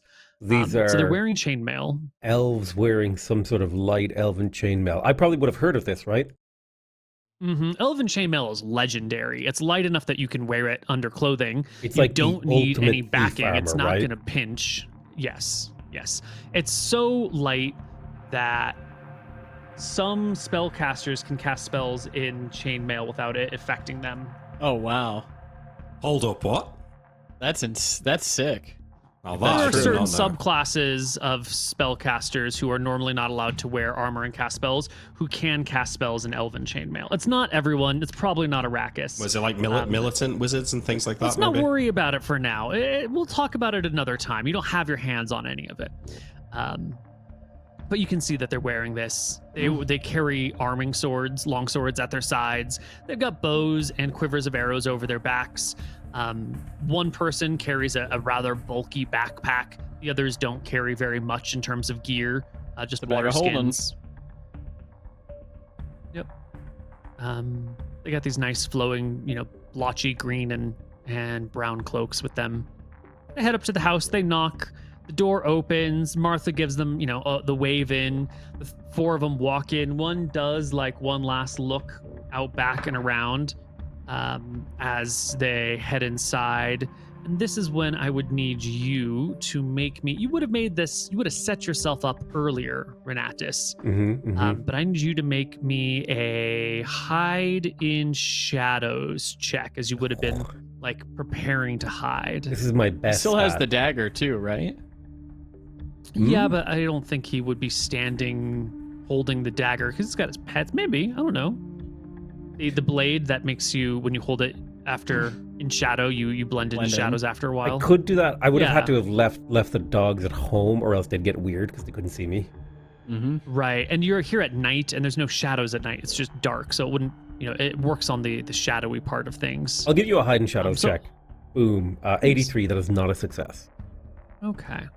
And then give me just a regular old dex check for how you might hide yourself with normal means, because a thief does both. Oh, 3. Just atrocious 18. is what I'm saying. Bad rolls. Bad rolls today. All right. So the last elf who's about to head into the building does the stop, look around to see if they spot anything, and then you see their eyes they're scanning, and then the eyes fix, and he pauses for a moment in your direction, and then he turns and heads into the house. Now it's possible that he saw me. Let me think this through. Okay, so let me tell you what's going through my head. Okay. I can stay and observe and potentially they have discovered me and they will come and they will, it depends on the kind of elves they are. Are they a take no names, kind of elf? Are they going to come and just get me and kill me? Or are they going to come and ask me like, what the hell are you doing? Mm-hmm. And I feel like Guy very clearly scoping out Martha's cabin. They're probably just going to come and get me. So, now how far am I from town? About an hour. If you run, less. But if you run, you'll make a lot more noise and leave a bit more clear trail. Mm-hmm. I'm gonna start making my way back to town. Once they go inside, I'm like, okay, that was too close. They might have spotted me. I'll make my way back to town. I'm gonna start out sneaking, so that the start of my trail is hard to find. Although they're elves, they're probably really good at it. And then every few minutes, I'm gonna pick up the pace. The further I get from the house, like just out of earshot, I'm just gonna start going faster and faster to the town. So like I might spend like the first couple of minutes, I'm just sneaking. Once I'm out of earshot of the house, I'll start like walking. Another minute, I'll start jogging. That's the kind of thing that I'm going to do. Head back to town. I got the intel. Now I can talk to my party when they get back about what we might want to do about all this intel. Okay.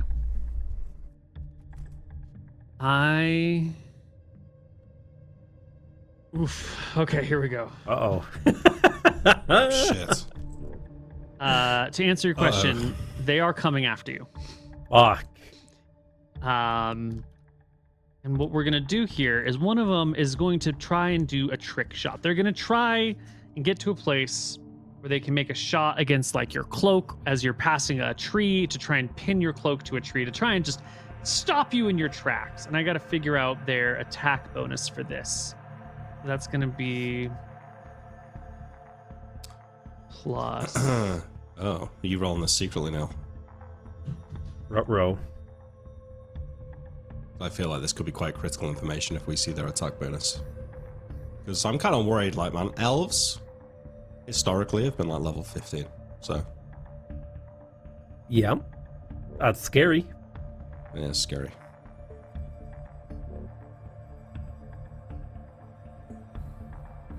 Well, I won't say anymore since I'm not there, I suppose. A trick shot like this is a difficult one. It's a called shot. It's a pretty heavy called shot. And so we will do a -8 penalty for the attack roll. To try and like pin someone's cloak to a tree as you're running by is not easy by any means. But they will do it. You will be, you slow and then you go quickly and then you start running and your cloak is kind of fluttering behind you as you run. And all of a sudden you feel like this, you hear this twang and thud, and then immediately you feel pullback on your chest as the clasp almost clotheslines you. And looking behind you, your cloak has been tagged to a tree with an arrow. I will... Okay, so thinking quickly, if they're already after me, they're elves, I'm an old man, they're going to get me. So my thought is, no point expending more energy trying to escape, because now they've slowed me. They're already faster than me. Okay, so they're elves. Elves are like known for their speed, right? That's a thing, I assume? They're known for their ability to move through woods with ease, for certain, yeah. They're about average, like they can walk as fast as a human if the two were just walking side by side. But the forest terrain is their natural environment, so they're less slowed by it. Okay, yeah, I'll whip out a dagger and I will try to cut the cloak free really quick. Easy peasy. And then I'm going to just like sheath the dagger and look around. Can I see one right now nearby? Yes. One is coming out from some trees in your direction with a bow, an arrow notched into it, drawn, walking towards you. I need you to make me a charisma check before we continue our discussion. Okay, boom, charisma check, 22. Oh my god, you finally passed it, and this is actually an important one to pass. This elf, recognize. You've seen this guy in Holy City Emberstone. This is actually just outside. This is one of the elves that you freed from that cart where you were with Destiny's character and everything. This is one of those elves that you sat down and had a conversation with a little bit a while ago. But his face is furrowed, his eyes are narrowed. He's looking at you with suspicion, then keeps his bow drawn in your direction. I try to maintain a sort of casual demeanor. Do I recognize him as well? You recognize him. You're not sure if he recognizes you, though. And, yeah, I'll say, like, oh, it's been a while since I've seen you, and I'll try to remember his name. Do I remember it? Ugh, give me like a charisma check at -4 for this one. That's a hard thing. Random elf that you met once a long time. I mean, elf names are hard to remember, is why the -4 on it, because, it's got strange syllables and consonants in it. You can't put it together. It's some bizarre twist of stupid sounds. Yeah, I'll say to him, been a while since I've seen you. And then I'll say, who are you? I let you out of that cart north of Emberstone. The elf will think. Obviously, he remembers being let out of the cart. And he'll say, "You're the one with Jeremiah?" Jeremiah. Oh, the half-elf magic guy? The gnome. The gnome? Do I remember a gnome? Wait, who's Jeremiah? Wait. I don't think you've heard this name before. No, I don't recognize it. Oh, shit. I don't know a Jeremiah. The bear gnome. Oh, Jeremiah. that guy. Oh, we call him Grau. Yes, that was the name he was using. He will slowly lower the bow a little bit. But we knew him as Jeremiah. What? Wait. What do you mean you knew him as Jeremiah? Did he not tell you we recognized him when we met him in the basement? I don't remember that. I don't think I was there for that conversation. The forest gnome. Yeah. Wait, which forest gnome? The bear? Jeremiah of the old crooked ash. What? Jeremiah of the old crooked ash? Like a tree? Yes, that was the tree his family lived in. Wait, he's a forest gnome? 10 generations. That's not the point. Why are you here? Oh, I'm looking for elves. And I like hold out my hand. I'm like, found them.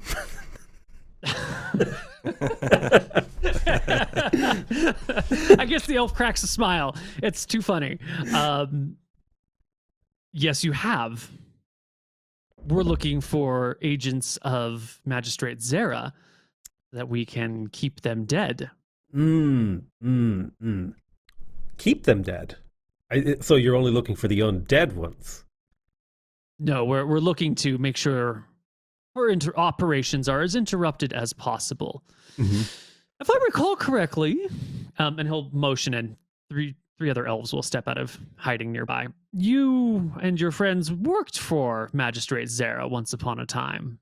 We occasionally do work for Magistrate Zera, but we also do work for a lot of other people. We don't really take sides. We're swords for hire. Well, Jeremiah, he's got a lot of sympathy for the elves and the fireflies. So he's always like saying we shouldn't work with Zera and we shouldn't work with the Empire. We should, you know how gnomes I'm can aware be. of the complicated relationship. You had Forrest arrested. We broke him out. You saved our lives. It's a complicated thing. Well, look, if someone was offering me 10,000 gold to grab a agent of Verasi, I would do that, but they got all the money, you know what I mean? Look, it's nothing personal. 10,000 gold? Is that the price on our heads? Yes, but I don't really want money. And yet here you are hunting down my people who you've saved, and now you're hunting. Well, interesting. Hunting is not the same as hunting implies.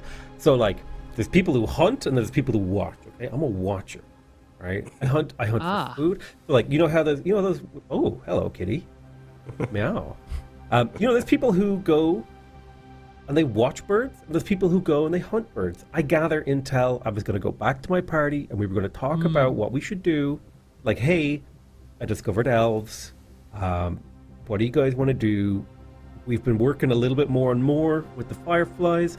Also, I kind of like being alive, and this whole like killing agents of Zera thing, not going to work for me in this current situation. Where do you get that chainmail, by the way? Because that looks really good.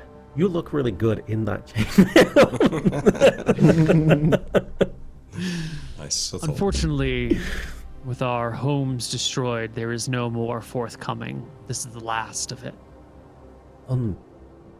That is extremely tragic. I'm sorry. Where is Jeremiah? We would love to speak with him more. Our last encounter was cut short due to time, but here we are away from the Empire.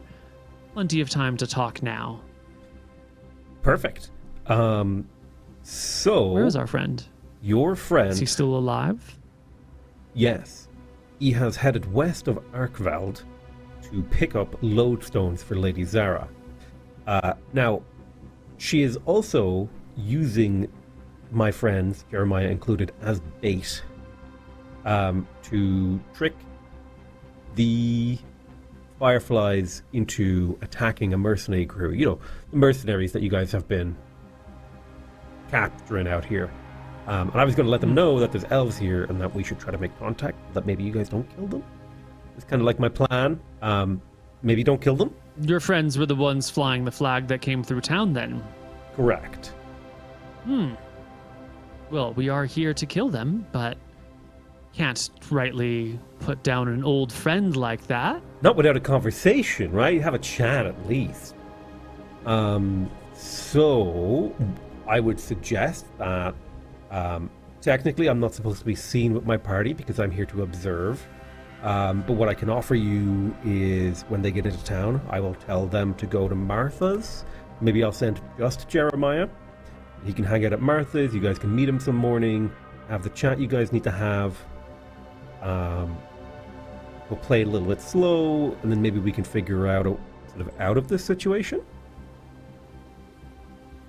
And we can trust you not to tell Commander Everpool about us?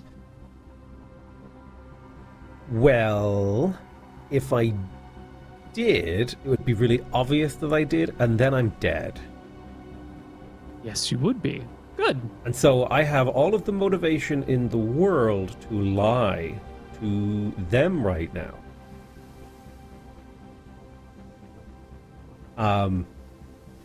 You saved our lives in the past when you certainly did not have to. You could have let your friend go and kept us captured or something to that end. I mean, you guys are worth a lot of money.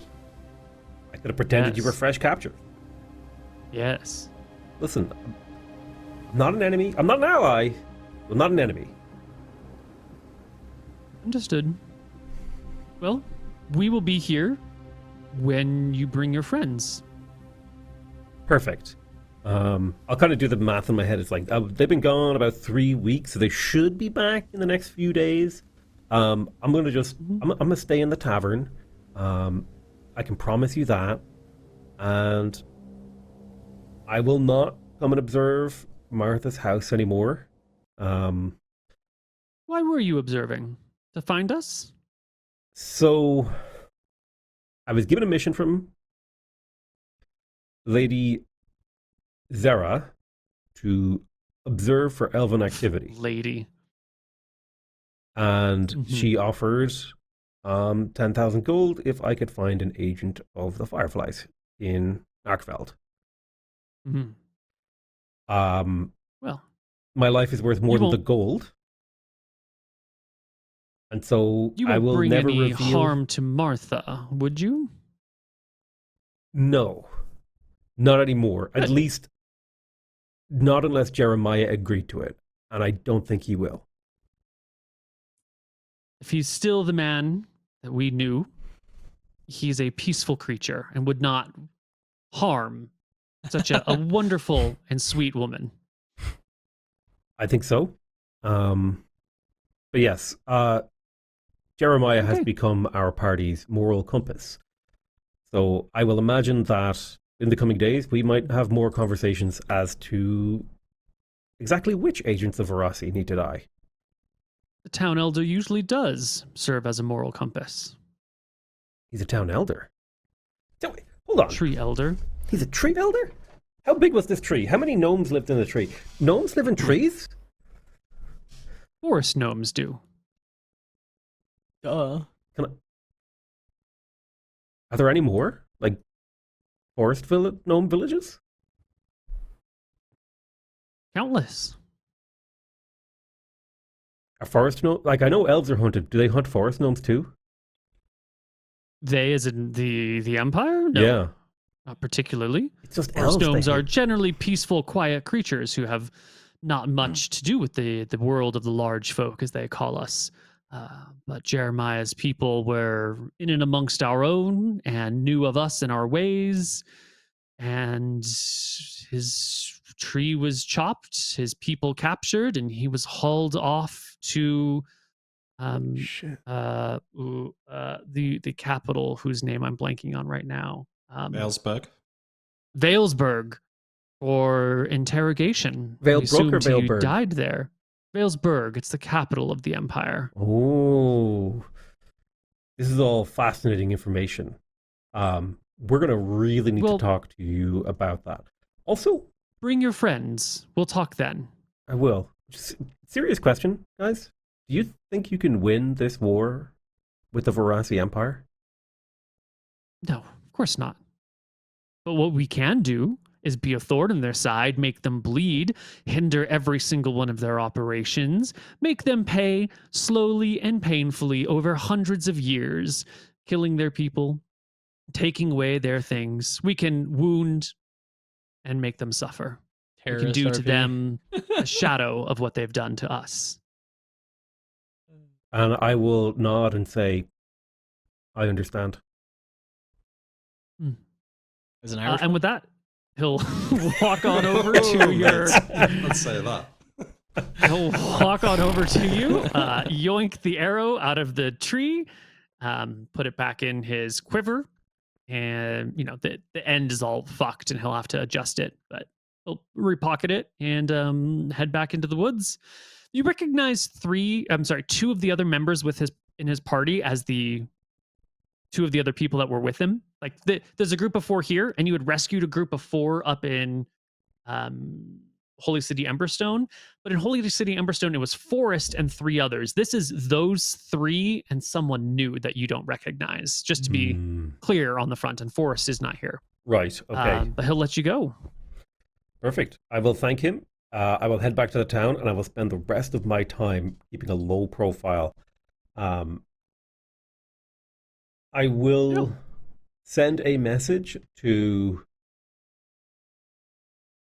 Captain Everpool. Basically, like, investigations ongoing. Nothing really interesting has come up. Mostly local, drama. Mm-hmm. I don't think you need to do that. I don't think Everpool knows about your mission unless you specifically told her. She was not involved. Oh, well, then... She was just the local official. Doesn't happen. Perfect. All right. Well, the next thing we're going to do is we're going to flip back to the party, arriving back in Arkfeld 7 days later, 5 days later. Still arguing about bats. Yes. Mm-hmm. just the whole way. Every time I see a bat, I point out that it's screeching as well. Every single time we see one. Are they always screeching, Neil? Yes. Bats do have eyes. Someone hears them screeching. Someone else is like, yeah, I don't hear it. Like, old man, you can't hear the sounds anymore. It's just good. Maybe something with your ears got fucked up during the transformation, August, because it's clear as day to me. What about you, Grau? Do you hear the screeching every time?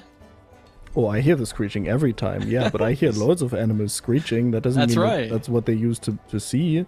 Exactly. And it's this point in the conversation, you're walking into Arkfeld, you're headed back to the Golden Throne for the first bit of comfort you have had in weeks, away from that stinky goblin village, away from the giant spiders, the grimlocks, the badgers, the giant wasps. Hang on though, because there is something on my mind. Yeah, we're not just totally relaxing here. Because I was under the impression that we definitely knew that Zara's parties came through Arkfeld. And I'm thinking that maybe they got killed on the way. That was on the way, yeah. But there was some doubt of that. So I am gonna check to find out whether the previous mercenary companies made it back to Arkfeld. Because I'm interested in finding the lodestones. Sure. The group of you can head to Everpool, the captain, and have another chat with her to sort things out. Yeah, well, I don't know if we all need to go right away. I think we can go to the tavern and find and get set up, and then at some point I'm going to go and speak to her. Perfect. Well, as you come into the tavern, who is here performing but a sleepy Ren, because it's maybe mid-afternoon and Ren's just waking up, as artists do at mid-afternoon. The crack of dawn, aka noon. Exactly. And there he is in the tavern, playing his stuff. I thought Tavern's much more lively now. I thought I recognized that uninspired drawl. It's Ren. Ren. What the hell are you doing here, old man? Yeah, what is he doing here? Yeah, what's he doing? He's stealing my job. I'm performing away. I'll say, I'll do signings after the show. Please get yourself some drinks. I'm kind of pretending, not making it obvious that I know them. I give August a wink and I mouth later. Okay, I nod. What was the name of the gnome again, Neil? Our gnome? Clubby. I kneel down to Clubby and I say, well, thanks so much for your guiding, Clubby. We all survived. Well, Oh, at it was a least real adventure. all I'm of gonna us write all survived. sorts of songs about it. It's gonna be great. Yeah, very good. I hope you do. Remember. What? Actually, never mind. What do you mean? No, I was just going to say, like, if you do write a song about the bats, just remember everything I said about it, just so that it's accurate. I'm definitely not writing a song about the bats. Wait, really? Okay. Would want to listen to Are a you song kidding? about bats. What do you mean? It's been 7 days. What do you mean? This bullshit. Well, yeah, there's a lot to talk about. There's 7 days worth of conversation. You're saying you can't get a 3-minute song out of that? I could get a lot of songs out of it, but why would I subject anyone to that? In a horror show, I just want my 7.5 gold, and then I'll be gone. I'm shocked. I look visibly shocked. I look at August and I look at Grau. Did they all? She's tired of hearing you, hearing your shitty side. She Oh my knows God, that I'm tired of all right. your sides. Just give me my gold. What do you mean? That was good convers. I reach into my. That's not the thing that stories are made of. Who wants a song about bats? Do you know what? There's no need to Is be it gonna rude. be like na na na na na na na na na na? Like what are you gonna do? Make a song about bats? I give her exactly the. I give her 9 No gold, tip. 7 gold, and 5 silver, and I say the pleasure's been mine. It was a great pleasure most of the way. I'm It's glad been we s- got to see the Goblin Village. Been something great, Gnome. I hope we don't cross paths. What? I thought we were having fun together. Aside from the last week. We were. I thought we were having fun too. Until just Don't you now. need a bard to travel with you to tell us your stories? Oh. You know, I know all of your other followers died, but not me. Not me because I stayed out of the way. So, you know. Are you gonna make us wanna continue to hire pay me? you? Well, I will be writing songs about you. You know, can unless tag you want along. to share You can the tag loot with me, along. you can pay me. Listen, this is not a job that you want, Clubby. Like you said yourself, everyone else is dead, and it's only a matter of time. I You know, stay but with that us. makes the best songs when everyone died except for the bard. That's how it always goes. Yeah, but without the rest of them to soak the hits. Think about it. Well, we'll find some new meat. No, Are you a I'm- bard? Can I you? mean, we'll meet some new people. Of course she's a bard. She's been singing this whole time, August. Oh my god! I thought You're that she just so- liked music. It's so rude, honestly. I don't know. I don't. I don't You really two want deserve each you other, guys actually. anymore. Sorry. I thought she was just doing that for fun. You guys pay people for this? Yes. Yeah, well, What? if, in this shithole of a town, look what passes for a bard here, I say, motioning towards the stage. Well, that's only because I wasn't here. I can't believe you took my job. Well, you know what? Now that someone's taken my job, maybe it's time to head out and see the big world. You know, get out of this backwater. Go somewhere else. Well, listen, we are traveling back up to Valebrook. You are welcome to travel with us on the road if you want. Okay. But we won't pay you for it. But you can travel You'll I'm with gonna us. go rest my dogs, and we'll talk about it later. All You're right. gonna go arrest your dogs? Oh, It's a figure of rest. speech out Why? here in the country. What crime have they committed? She leaves the party arguing about what dogs mean and heads out. Why would she arrest a dog? What's the point of that? I just assume that's what you do when you try to put a dog in a cage, right? You arrest him? Well, That no. makes sense to me. Wait, really? I just don't think you would give a gnome that kind of authority. Like, you know, how is she going to arrest a dog? What do you mean, given a look at my gnome body? Well, I'm just saying, like, dogs are a big thing. I mean, it's an odd authority to have, and she would be an odd person to give it to, I would say. Yeah, humans and other people like to give each other a lot of weird authority over each other. I Anyway. look glancing at August. Have you ever been to the You're not a gnome, lower really. bars? Gnomes have got fight in them. I've seen some gnome dog fights in multiple times in my day. Those gnomes are bad news, August. I'm telling you, they're into some fucked up shit, some of those gnomes out there. You won't believe what they're making in those labs. Why do you think I mean, gnome dust, right? That's why they call it gnome dust. They make that.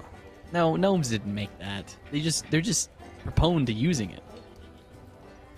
Why? What's more racist, It's, that they're all drug addicts, or that they're the ones that make the drugs? I mean, We argue. You'll see Clubby walk up to Renatus, who's up, performing, and she'll come and sit at the edge of his performance. And as soon as like the next song is done, she, politely walks up to him and goes, "Hi, I'm Clubby. This is my joint. Thanks for watching it while I was gone. But now that I'm back." Yep. Your joint? You own this tavern? Ah, the proprietor. I am the designated performer. It's like I'll look around and say, and I look at the stage. There's like a little area. I'm like, I don't see your name on it. Ooh. I am a great bard, and if you don't give me my stage back, I will write a song called Renatus the Stinky, and it will be known throughout the land. Diss track. My God. I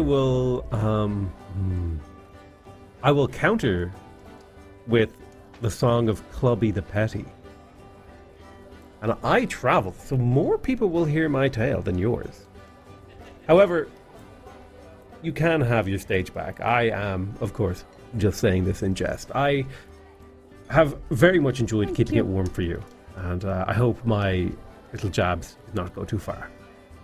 No, I'm sorry. I'm coming off rude. I'm normally quite friendly. It's just been She points back to the other PCs. I've just been traveling with them for a long time, and they spent the last week arguing about whether bats make sounds that you can't hear in order to find their ways around, or whether they just have good night vision. What? And the first part of our adventure was really fun, but the last week was arguing about things that no one could prove and just had dumb opinions on, and I'm a little bit spent. Bats can obviously see, but Oh my God! pointless. Get off my stage! That's so good. No. I mean, like, wait, what do you mean? No, bats can obviously see. They see in the dark. That's how they Of course. move around at Oh my night. God. Please, why don't you go talk to that wizard and tell him he would love, just please go talk to that wizard about it. He would enjoy that conversation. Wait, like, what? You didn't give any pushback? You know bats can see at night, right? Like Oh that's. my God. Oh my God, please, I can't do this anymore. I really can't. I thought it was safe. No, it's... Oh, dear. Ren recognizes. I recognize that they're having a breakdown, and I'm like, oh, sorry, of course. Ooh, write a sad Thank song. you. Write a sad song about bats. That might make you feel better. That's what I said. No. At one point during the trip, I would have mentioned to Growl, like, I would have just gotten fed up. I would have just been like, Growl, you need to learn to turn into a bat. Like, you're going to need to do that, and you're going to need to solve this. Yeah, okay, I finish up on stage. I give Clubby back her spot. Her? Thank you. Her. And I even, I say, give it up for Clubby! And, And there's some, scattered applause. and I'll make my way over to the party's table. And I will sit down with them. I'll say, oh, gentlemen, I haven't seen you before here. You just passing through? And I'll kind of wave to the bartender to bring over a few beers. Are we Weird making to run stuff up in- again for fun? It's weird to run into you again, Bard. I know, it's so... I give a wink to the gnome. Not Clubby. Yes, it's weird to run into you again here, my son. I wink to I wink to Ren. Exactly. And Back and forth. I double wink at both of them, like... And I say, yeah, absolute pleasure. Please drink. I'll buy you guys a couple of drinks. Tell me your tales. Where have you been? Any good stories to tell? Ah, well, we've traveled south into the wilderness, beyond the edges of the Empire's protection. A great story indeed. I'm sure a bard such as yourself would So many butcher people it died. quite readreadly. There was spiders and they poisoned us, and we Yes. only had so many healing. It was Yeah, you just see Stacy. Wait, and then there's like a shadow passing over Ren's face. Like, Yes, What happened to all the- dead. Yes. All dead. Yes. super dead, like rotting in the wilderness right now. Bloated and green. Yeah. Probably spider Being eaten food. by vultures. I talked to even one the of them. people I was training? Oh, yes. Oh yeah, super dead. Those especially. I think those were the ones that died first. Do you Yeah. guys remember? It didn't seem to do much good for them, I'll say. No. Oh, I've had to push the cart. Yes, well, small mercies. That must have been so tough for you. What? Yeah. Well, I made Stacy do her fair share. I'll tell you that. Well, gentlemen, I'll give a big fake yawn. I need to retire to my room. And I'll clearly stay the room that I'm staying in upstairs, second on the left. Okay. Good night, gentlemen. Growl gives you a blank stare. Yeah, I look around. Are there any bats in here? I bet at night, yeah. Do you know what? Maybe over the holidays when they're closed for a few days, like in some of these rafters up here, that's exactly what bats are looking for, I'm telling you. But before I leave, I'll say it's yeah. I mean, well, the bats, they could see very easily in here, even if it was Yes, Of course. but I'm going to go for echolocation. a morning walk tomorrow, gentlemen. You're more than welcome to join me. I'll be leaving. I'll join you. I'll be leaving out. That's a good time to spot the bats, actually. It's a perfect time, just before the sun rises. And also, they'll be able to spot you Perfect. because there's too much light because they can see in the dark. Good night, gentlemen. Good night. He's clueless, honestly. Clueless, like the rest of you, really. I say, not you, Grow. Yeah, well, I feel like I know less about bats now after the last couple of days than I did before. Yes, well, but these filling your head with nonsense the last week. At some point after a few drinks, I'll petition the bar and ask everyone to raise their hands if they think that bats can see in the dark. What is the majority of the bar? Yeah. Oh, of course. Yeah. Everyone thinks I bats say, can well, see there in you the dark. go. There it is. You've truly made your point, August. Yes. I look around and I see it's a bunch of just stupid Yes. peasants, and I, for a second, I'm like, A rare moment of self-reflection, August. Okay. Well, Does the party want to skip to the next morning's walk, or was there something Well, it else we sounded wanted like to do? Ren wanted us to come up to his room, right? Just Growl didn't pick up on it. I think it sounded like, yes, that was originally the plan, but then and then he talked about the walk in the we're morning. going to Yeah. go for a walk, and it's considering the bat cover. I think it's a better time. We'll do it under the cover of bats. I was planning to go in the morning with him. Yeah. Perfect. All right, we'll just skip to February the 15th. Full moon. You wake up in the morning. You can head outside into the beautiful rural before area. we go out, are we planning? I'm just for my spells. We're planning to spend a week here, are we?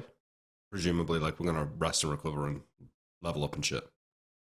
So You could do that, or you could Well, spend I'm your ask- week back in Valebrook, or I'm asking the party because we've been walking, so it was our plan to stay here for a week. Do you think, or are we gonna get back on the road and keep going?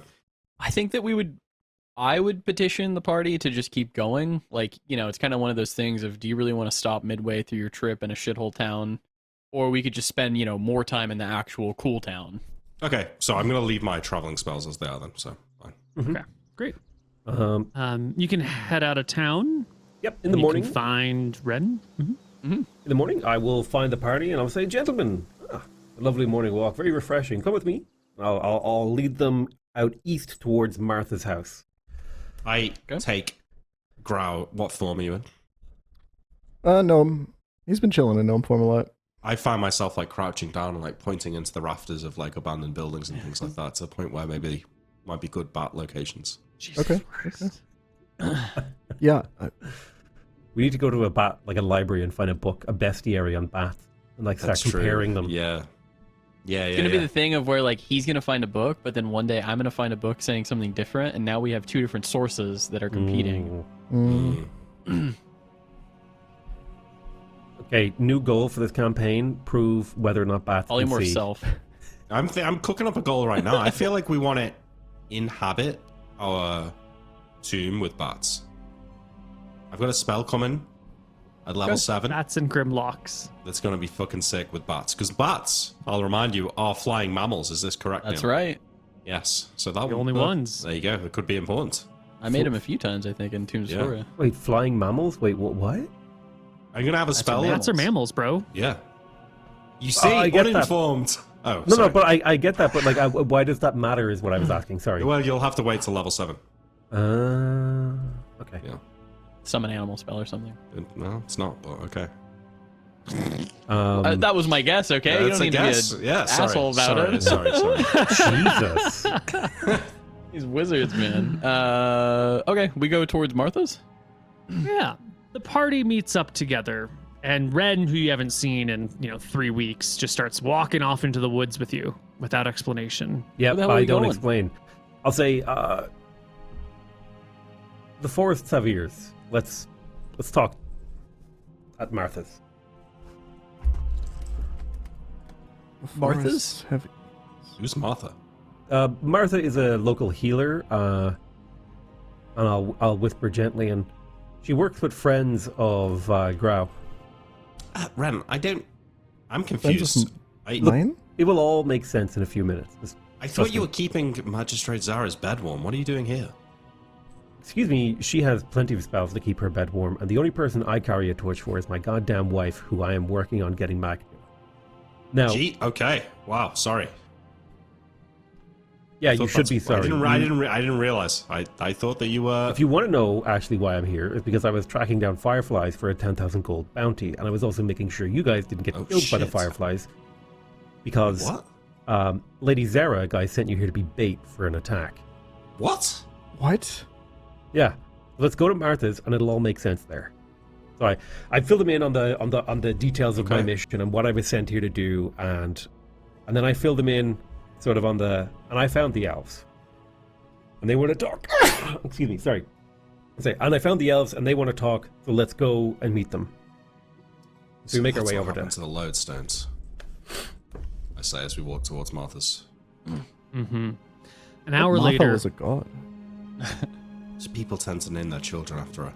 Oh, No one names their kids Ponos. True. When if I have a kid, you his name name is other Ponos. people's kids Ponos. Yeah. Yeah. All right. Eventually, you find your way at Martha's. Cozy little house nestled in the woods upstream from Arkfeld, just off a little creek. There's a little picket fence, little garden out front.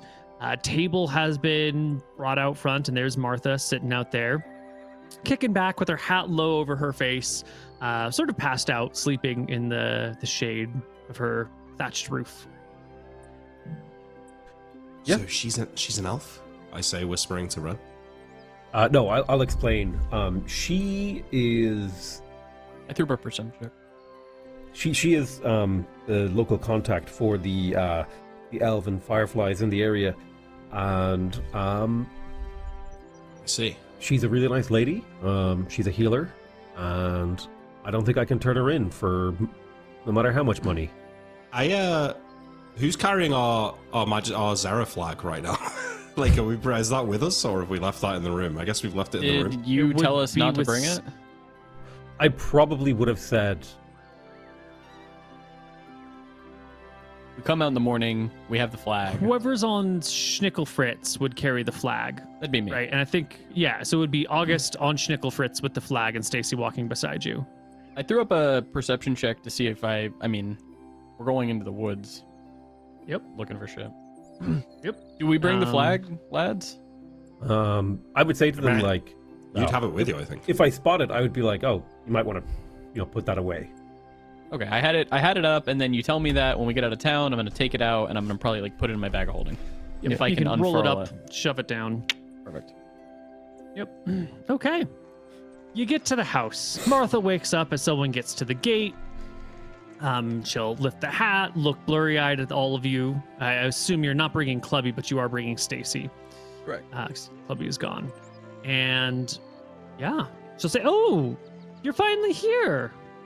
Excellent. Everyone, welcome. My name's Martha. I think our dear friend Ren here has told you everything that's going on. Please come in, make yourselves at home. I will can't say he signal to our has. guests." I'll fill them in inside, Martha. They know a little bit about why we're here, but not the whole reason yet. Okay.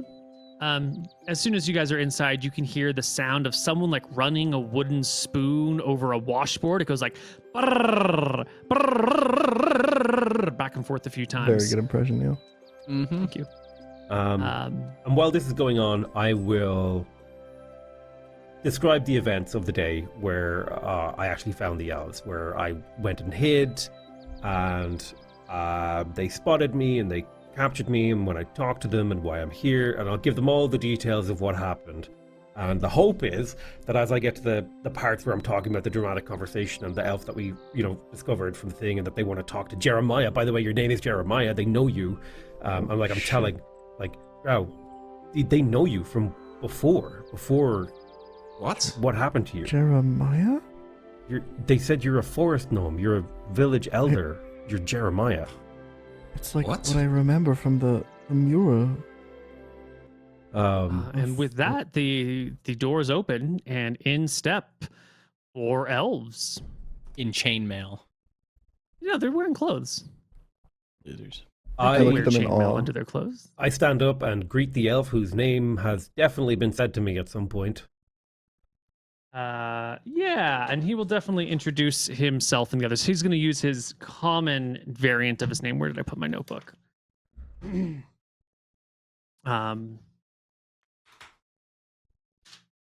Yes, these elves use human names or common names of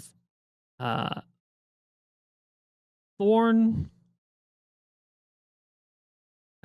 Cherry,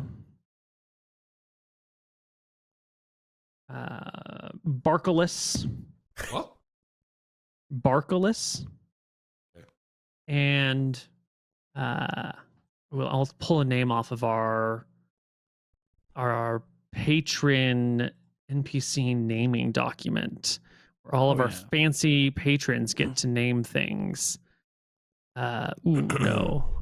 Elias, no. The fuck is this?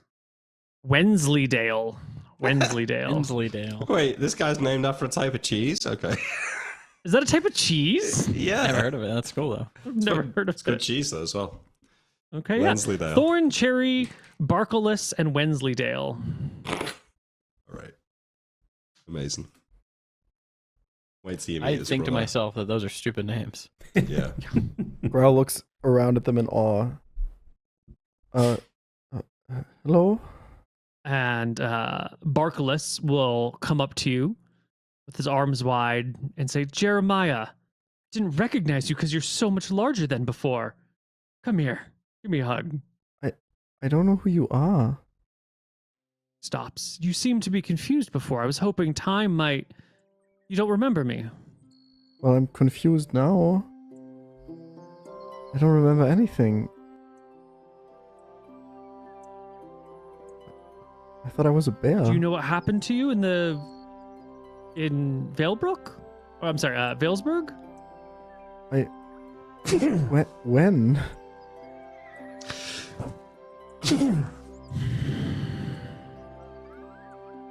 When did you gain the powers of a druid? You know, When did you get so large? You're at least 3 times the height as before. what? I will relay, because I didn't keep track when exactly this was, but I will relay like the story of me, like gaining consciousness and meeting Autumn, and like when around what time that must have been, and tell them that I think I'm a bear. Yeah. You have this nice long conversation. Stacy hears it.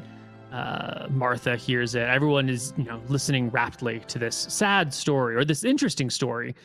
And Barkalis. I'm interested in their reaction when he talks about autumn. Yeah. Their reaction. Oh yeah, they're being super transparent with themselves. They're actually being quite emotive on their faces. They're trying to communicate their side of things through facial expressions without interrupting you. And so whenever they say autumn, you can see their faces furrow. They seem very displeased, especially when you speak of autumn as a friend and a companion and a source of comfort and information and guidance. There's this look of, disgust and hatred. Okay. What happened to me? Who am I?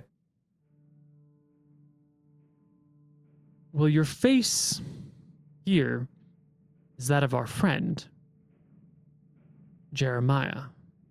You look, you're not exactly him, but you're the spitting image of him. Yet you don't remember. Do you remember the old crooked ash you and your family lived in? Does this ring any bells for me, Koibu? You know that mural that you saw? You said there was that moment where the mural looked familiar, right? Yeah. And the trees depicted in the mural were ash trees. Okay. I remember seeing a picture of an ash tree and remembering it. I think did I have a family? You did? And we were attacked by someone.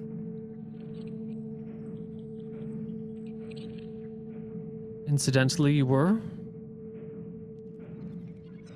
When the army came in, when the wars for our home were fought, your people lived in and amongst our trees, in amongst our shaped wood, alongside us, as friends.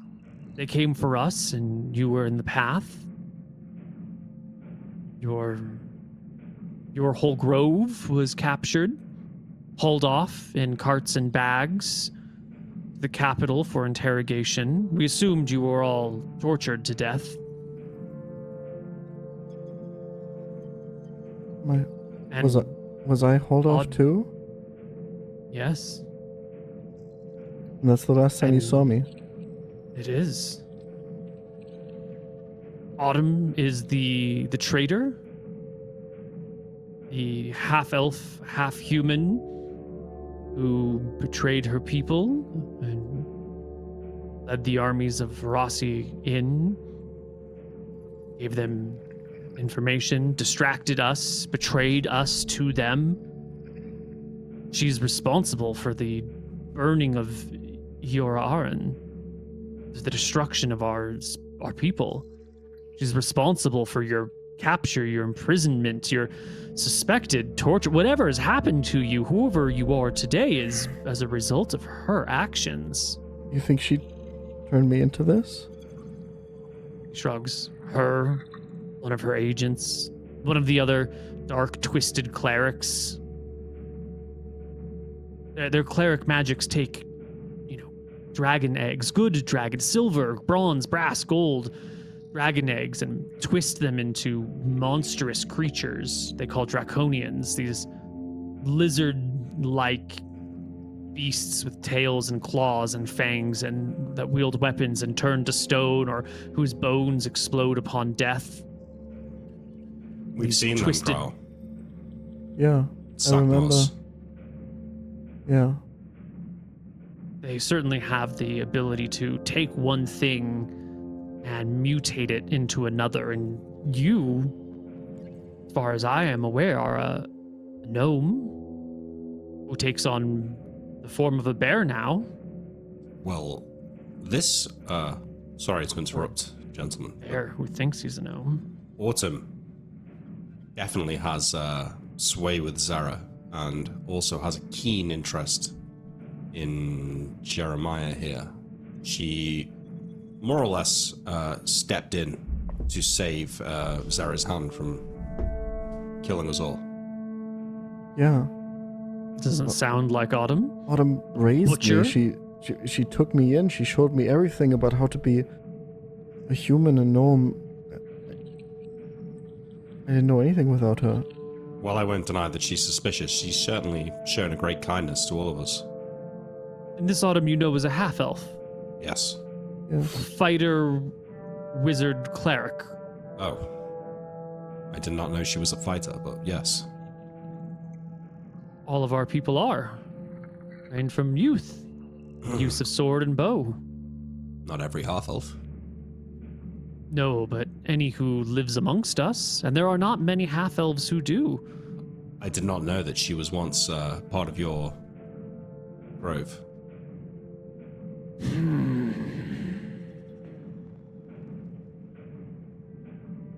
Why not deal with her?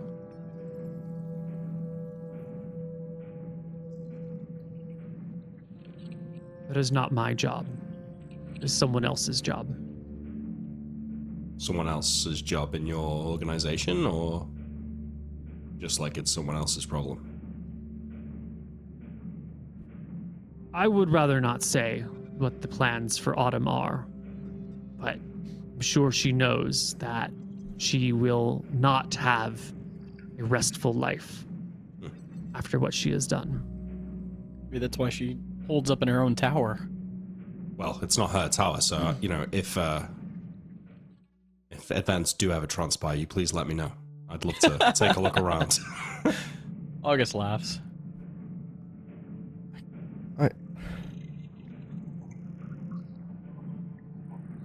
Grow's stunned. So you're not aware you've been working for the enemy? The enemy of who? Everyone's enemy out here, I feel like. Spoken with much wisdom, as usual. How old is Jeremiah? I ask. I don't know, whoever the leader of the 80? elves are. 85? I wouldn't know. Jesus Christ. And here's me teaching you wisdom, Grow. Yeah, but what are all those years worth if I don't remember them? That's a good point. Surely there's Very wise of you, Grow. surely there's powerful wizards and clerics amongst your order. Did I have kids? I don't know if you don't remember them. They seem to be in there. You've said things that seem far more wise than your previous origin would have suggested. I had a family, yeah? Yes. Children? Yes. Grandchildren? I think so. Oh my god. Surely you have wizards or clerics that could reverse the damage, heal his memory. There are very few of us left. Most of our great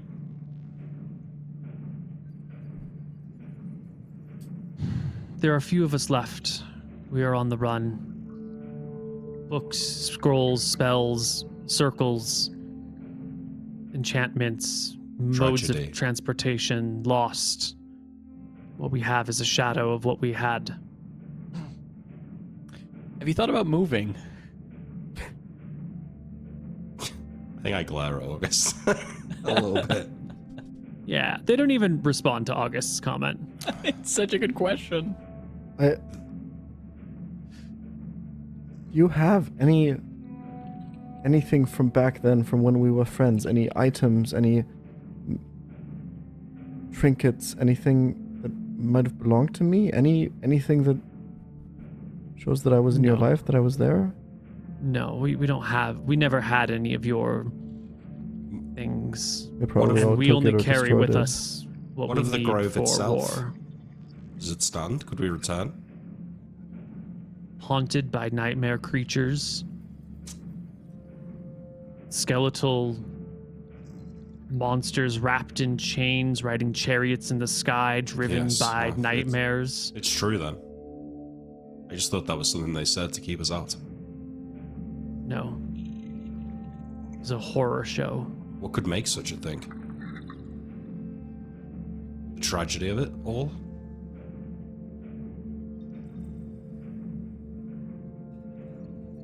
The Empire of Verasi is at its peak. Our power, those who, he's like searches for the word, struggles for it, and he ended up just shaking his head, saying, "People make deals with monsters. People draw power from the darkest sources.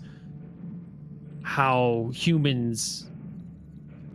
Malchus be damned. Humans should never have the amount of power they can get their hands on. They should never be so entwined with magic. It's not normal. Well, let's keep philosophy out of it, I suppose. I- There's been plenty of good human mages over the centuries. I think I think that misses the point, Arrakis. I don't This think it man's does. a- man's entire people has been wiped out with human magic. When the bag of grain is rotting, you don't scoop out the rot, you throw away the bag. It spreads. One human with enough malice in there. And the friend, Wensleydale, puts a hand on These guys are gonna kill humans. Barkless's Yeah. shoulder. And Barkless I'm a kinda little takes bit breath and- offended. You know, I only live by your grace then, by your mercy. You'd cut me down? I don't know you. You don't mean anything to me. You don't fly the flags of Autumn Horus. is evidence enough that race has nothing to do with it. It's power against power. A human mage can be good or evil, just as an elven mage can. An elven mage has time to learn, time to train, has hundreds of years before they reach their potential, and Well, by some damned fool of godly decision, and Cherry now puts a hand on Barkless' shoulder, but he continues, by some damned fool of divine intervention, only humans can reach spells of unfathomable power. The rest of us are capped, locked. your The long upper reaches lives are limit your ambition, I'm afraid. But trade. The trade Malchus made for your kind. No lifespan, no morals, no guiding principles, just unbridled. And now Thorn also puts a hand on him. And Barkless takes a couple of breaths. Well, It's maybe not fair. some wizards can reach those heights, but the majority of human wizards die long before they'll ever see the 6th or 7th circle. Whereas elven Cherry mages, nods and says, "You must forgive him. It's been a hard time." of course, I understand. What he says makes sense. Some of what you say is entirely true. Humans probably don't deserve the magic, and it is probably a relief that most men don't live long enough. And I'll turn to Arrakis, especially the evil ones.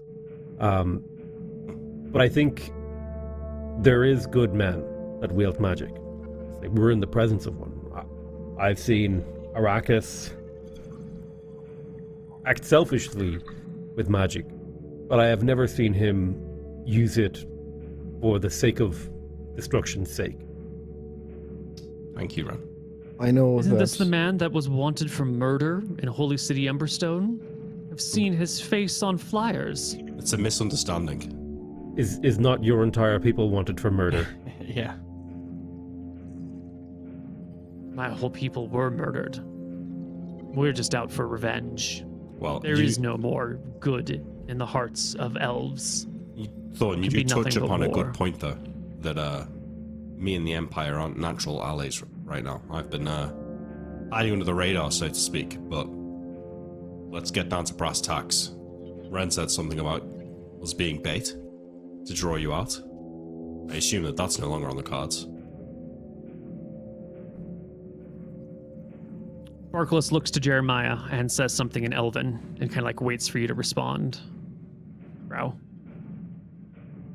I don't know what to think. I don't even. I'm a gnome?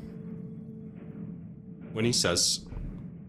Grau doesn't speak Elven, right? Like, I don't understand him to speak No. Elven. I look at him to see if he's understanding what's being said to him now. Definitely not. No. He doesn't speak Elven. Or at least, not anymore. I don't think so. By which name should I call you, dear gnome friend? I don't know. Would you prefer Grau? Well, I don't know who Jeremiah is. I don't know who his family or his kids were. I know Grau is friends with these, and some of them are human, and some of them wield magic, and some of them are okay. And I know that Grau was raised and betrayed by Autumn, and I think I shall call you Grau then. I'm sorry to bring so much hardship and painful news to you. I do not mean to disturb you or disrupt your life. But last we spoke, you seemed curious to know. Do you trust this wizard? and these men with you? I've met a lot of people since I can remember things. A lot of humans and elves and others. And I've seen a lot of them do horrible things. And I can say that Arrakis is perhaps the only one that I've never seen do something that I find objectionable or wrong. I squeeze his little hand. Then you are safe with us. We shall not bring you harm. As I understand, you are running errands for the magistrate of these parts, bringing her components for her spells. Yeah, lodestones. Gathered them from some goblins to the south of here, past the mountains. I assume that the previous caravans that came before us met a quick end at the end of your blade. Yes. And of the lodestones? Thrown into the woods. We've little need for them. We kept a few. I understand. So, what do we do here? We've worked together in the past. Right now, we've got, we have tie-ins with Zara. She trusts us at least a little bit. Maybe not me, but certainly Bren here. Elves exchange a lot of looks and begin speaking quickly in Elven to each other. And there's a lot of nods going around, and Archelaus will speak up again. You have ins with Zara. Well, I only just found out today she was meaning for me to be killed, so perhaps less than I thought, but Ren here certainly has her favor, I think. Ooh, I worry that we have become perhaps more of a thorn in her side, as she was more than happy to let us die to you. Not you, though, Ren. She pulled you out and saved you. She was to let us die. Yeah. Leaving you on your own, and then she can make further use of you. And ask me to watch. Ask me to watch you die. Oh, yeah, I'm not saying that she's a good person, though. Yeah, I think... And Ren has just had an idea, and he'll say, well, I mean, I think the best thing to do is for us to have an unfortunate accident while we're heading north, and to never make it back to Valebrook. And do what? Go into What hiding? about scrying magic? Or Can they do that? you could do a favor for us. That could What is work. Is there something that you would want? Something that we could give you in exchange for bringing Zara's reign to an end? Killing her? It's suicide. Maybe, maybe not. Even Probably if- not. What about If she If we trusts you, I'm political? sure you could find a way. Fine, but how would we escape? We'd never leave Valebrook alive. I worry this is outside the scope of our capability. We have spells, we have magic.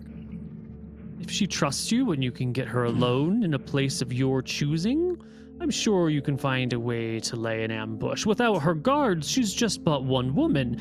Powerful of a spellcaster as she may be, you have but grasp her hands, and her magics are rendered null and void. You have poisons? We can acquire poisons. We can cast invisibility spells on the rest of your group to lay an ambush. It's the trust that we need. Okay, She trusts so few people. let's say we kill her. What happens then? Don't Where the do we Empire go? just send a new magistrate? Yes. So But it'll what's- take some time. It'll put a thorn in their side. It'll be a mess and a headache. The new magistrate will take weeks or most likely months to arrive. The Empire will send divisions of soldiers and mages and clerics here, where they won't be able to do harm elsewhere. And we move elsewhere, and we do repeat the process, and we whittle away at them bit by bit, year after year, draining them, slowing them, keeping them distracted until It also sow division among I assume the other nobles here and the peasantry, getting probably angry at the harsh crackdown that the Verasi Empire will lay on the lands. That's true. and it doesn't really need to have a specific effect. The plan is to Killing Zera is the goal. Just- When Ren, cause them pain, bleed them, drive them to extreme ends, make them be their own worst enemy. I'm not saying that this is what we're going to do. Let's just entertain the idea hypothetically. Ren, didn't you say that Zara was going to help you get an audience with your wife by inviting her to Valebrook? Correct. Your wife is a... Why do you need a woman to bring your wife to you? Because my kingdom was stolen from me, as was my wife. My kingdom was stolen from my family. We were the lords of Vantis. It's a small city, I whisper under my breath. Shut your goddamn mouth. We were dukes, damn it. We were petty kings. My wife was stolen from me, and I have not the ability to oppose the power structure of the Verasi Empire and get her back. Capturing a single noblewoman is an easy task for us. You kill Magistrate Zera, we will bring your wife anywhere in the world you wish. I was going to say, though, if we could convince Zara to make this meeting happen, it's almost certainly, Ren, you would have access to her dinner table at night. She'd need to meet with your wife as an important dignitary. You as her husband would be there. You'd have access and an easy escape in your wife's carriage the next morning. The thing is, right, you said that you needed to give them information on the Fireflies to secure such a meeting. Perhaps Correct. Between us here, we could negotiate some information to feed Zera. It to would encourage almost her to let this It happen. wasn't information, it was a live firefly. Yeah, but maybe we can make a deal, right? You get the meeting, you get a chance to be with Zara when she's unguarded, you kill her, and then maybe you can escape in the carriage the next day. It would almost be like Grau says, recalling a conversation we had like 10 episodes ago. Killing two birds with one stone. That's right. Exactly.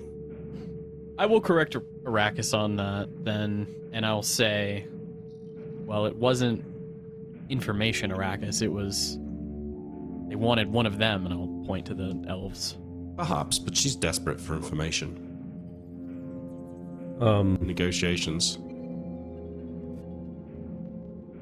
Thing is, though, Ran, could you do it on your own? An idea is coming to me, but it is an idea that is the most dangerous thing that I have done since I left Vantis. We've thought of Hydra, Ran, so that doesn't sound like much good.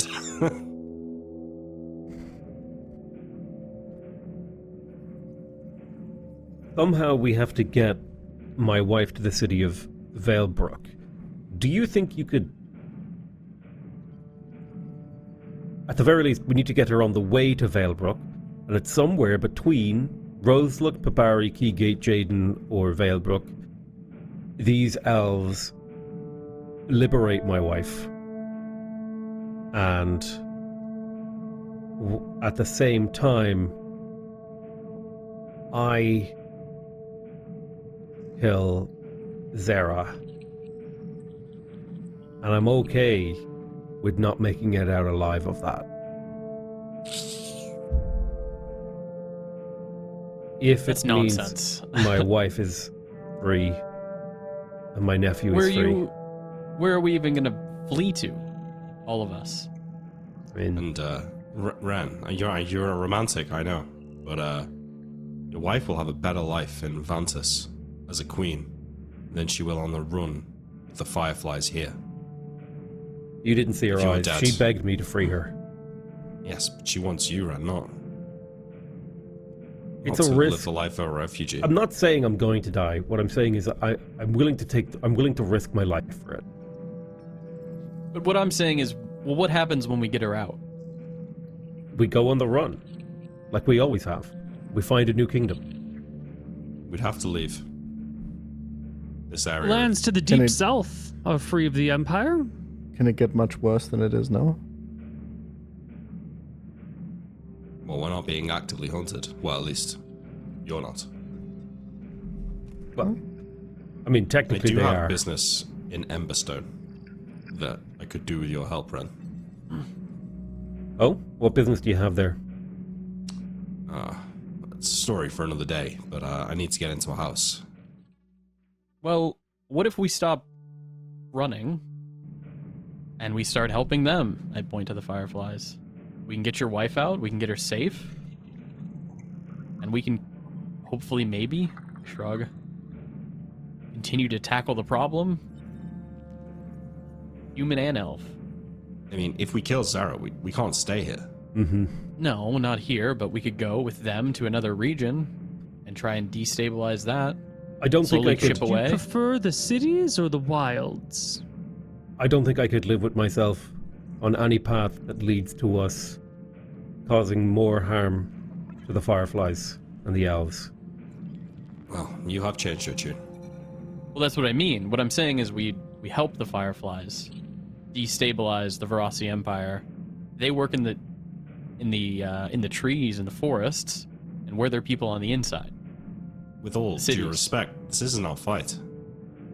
Is it not? I shrug. It might not be yours, sounds but like it it's definitely It might definitely be yours. is mine. Bro, is it?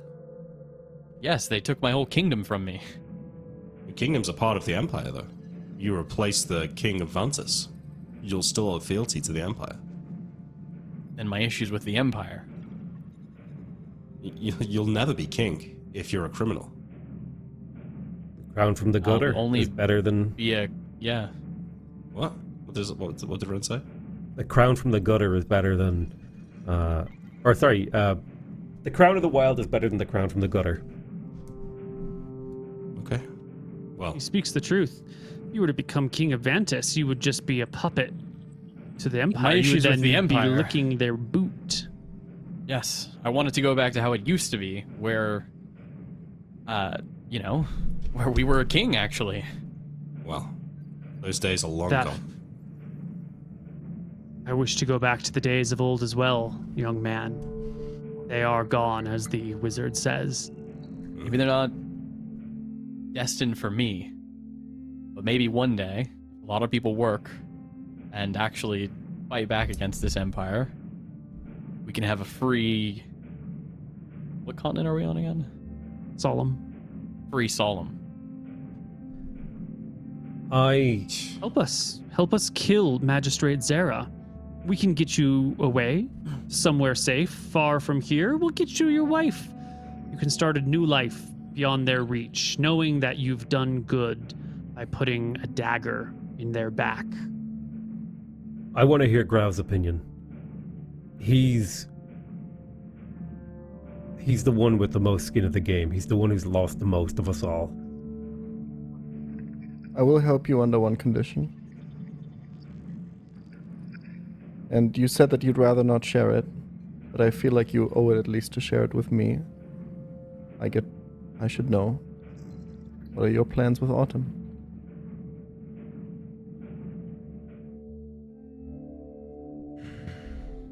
Sigh heavily.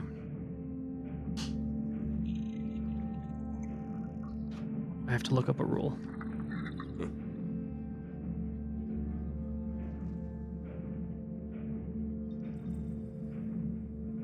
This is some of the best roleplay.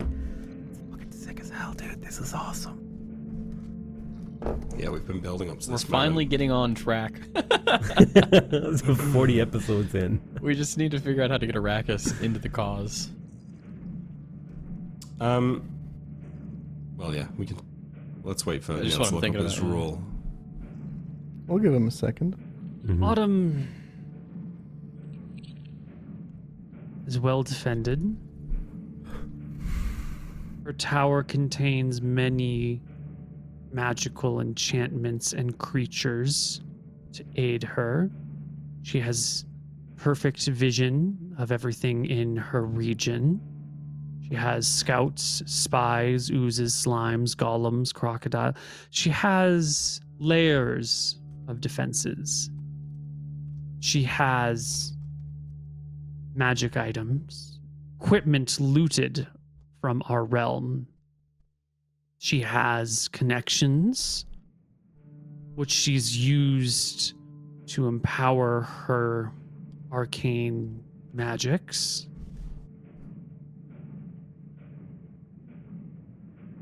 Our plan with Autumn needs to be slowly and carefully built. She will be around for a long time. Right now, she is trapped and bottled up. She doesn't go out. She doesn't leave her tower. Everything comes to her. One day, her fate will arrive at her doorstep, and she will have nowhere else to flee. How exactly this comes to pass is still being developed.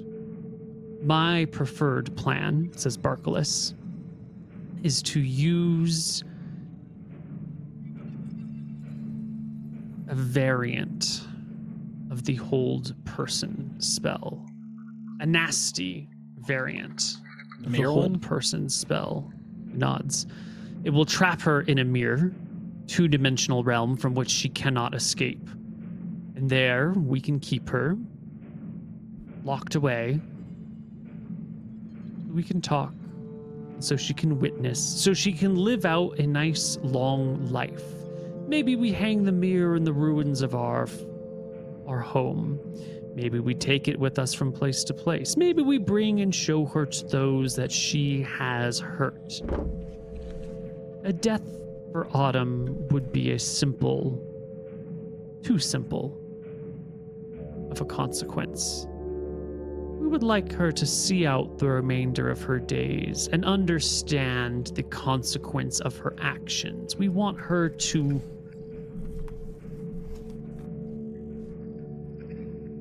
whenever it is that she does die, she heads to Falumbra and is able to live out her life over and over again for all of time. We want much of her life, the most amount of her life as possible, to be reflections on how she's lived. We'd like her to have a change of heart. We'd like her to be filled with regret. You've listed a lot of things that Autumn has. She also has someone in her life who she thinks trusts her with everything, and who she raised, and who is very important to her, and therefore has power over her. So all I ask in return for helping you is that the day that fate knocks on Autumn's door, she opens the door and sees a pair of bare fangs. Jeremiah, my old friend, I welcome your aid.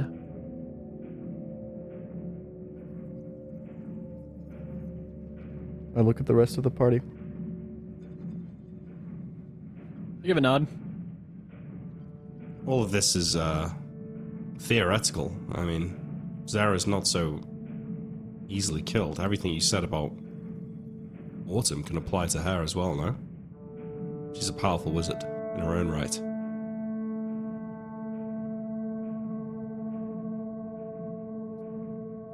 Everyone nods. That's why I brought up the fact of poison. Let us work out the details a little later. Why don't you wrap up whatever loose ends you have? The wizard spoke of needing to visit Holy City Emberstone. Tie up your loose ends here. Bring your affairs to a neat and tidy conclusion. For once we deal with Zara and Autumn, you will not be able to return. I want you to go into this with no regrets and no second guesses, Where would no we- doubts. When you say we couldn't return, you mean to the Empire at large or just to the Thornstead The Empire Kingdom? at large. Where would we go? Northwest Solemn. There is a place to the far south that that is free of the Empire. There's a vast wasteland. Grassland. You would call it a grassland. That is of little substance or value.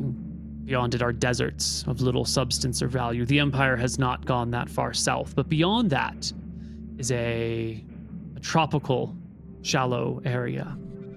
With seas and islands, mountains, forests, rivers, swamps, the whole 9 yards, a place untouched. And men, or? Oh yes, men, women, humans, the whole kit and caboodle. Elves? You could go there. He shakes his head. A few, but our people are finding new homes.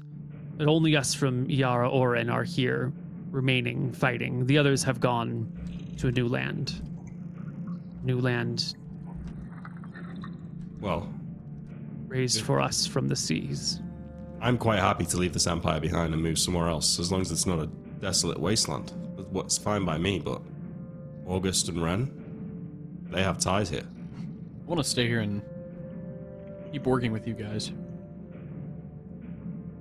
Do my part to chip away. Same. It can be done. Can be done. But for now, let us move slowly and carefully. Wrap up your affairs. We will be in touch in some months' time. Still, if I understand, work out of Swampside.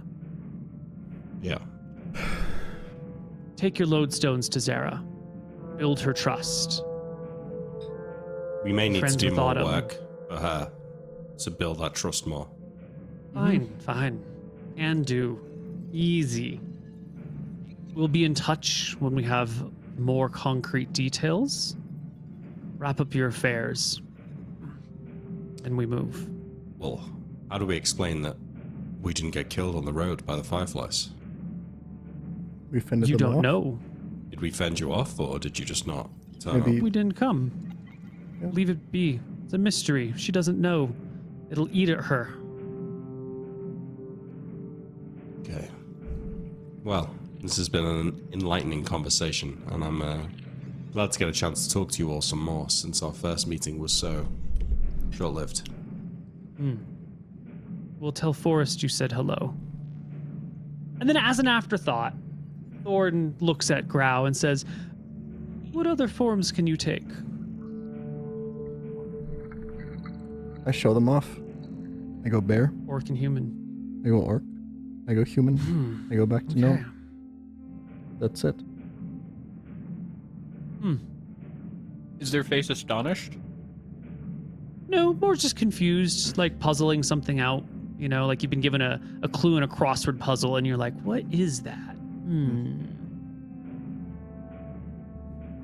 Okay. And with hesitation, Thorn will say, I would hate if you never had the answers you sought. If you want to know more about how you came to be, I would head to Valesbrook, at the heart of the Empire. It's a hellhole. It might be lethal. It might not be worth going. But if you want answers as to how your gnome and bear forms came into one place, Valesbrook might have answers. Valesbrook. Last we knew, Jeremiah was being taken there to be tortured for information. You can find their head interrogator. They may... What is Thresh? They nod. It's dead. He's died. No, Might what is have Thresh is notes. someone different. Really? He might have notes, he might have books, he might have companions. Someone there will know what happened to the gnomes taken from Iara Oren. They might be able to lead you to more answers about yourself. Thank you. We must go now. Yeah, I stand to my feet and I shake the hand of the elves. They will shake Give your him a hand. shake. They'll shake your hand. Until next time. Okay. And we leave, and I muse to myself as we walk away. And after, 30 seconds of walking, Wait, I say, I have one more question for the elves before they leave. Yeah. What was Jeremiah's favorite food?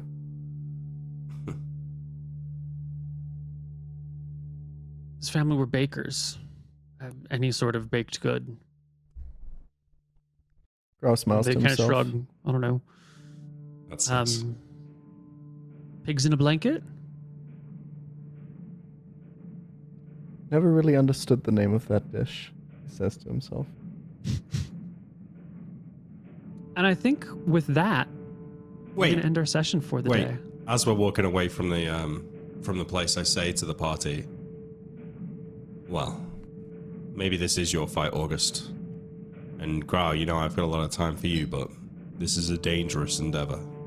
Well, like the elf said, you go with me to Emberstone and help me get to the bottom of this, and I reach and pull out the spellbook. Then I'll help you with Zera. And what happens after that, well, let's see how the chips fall. None.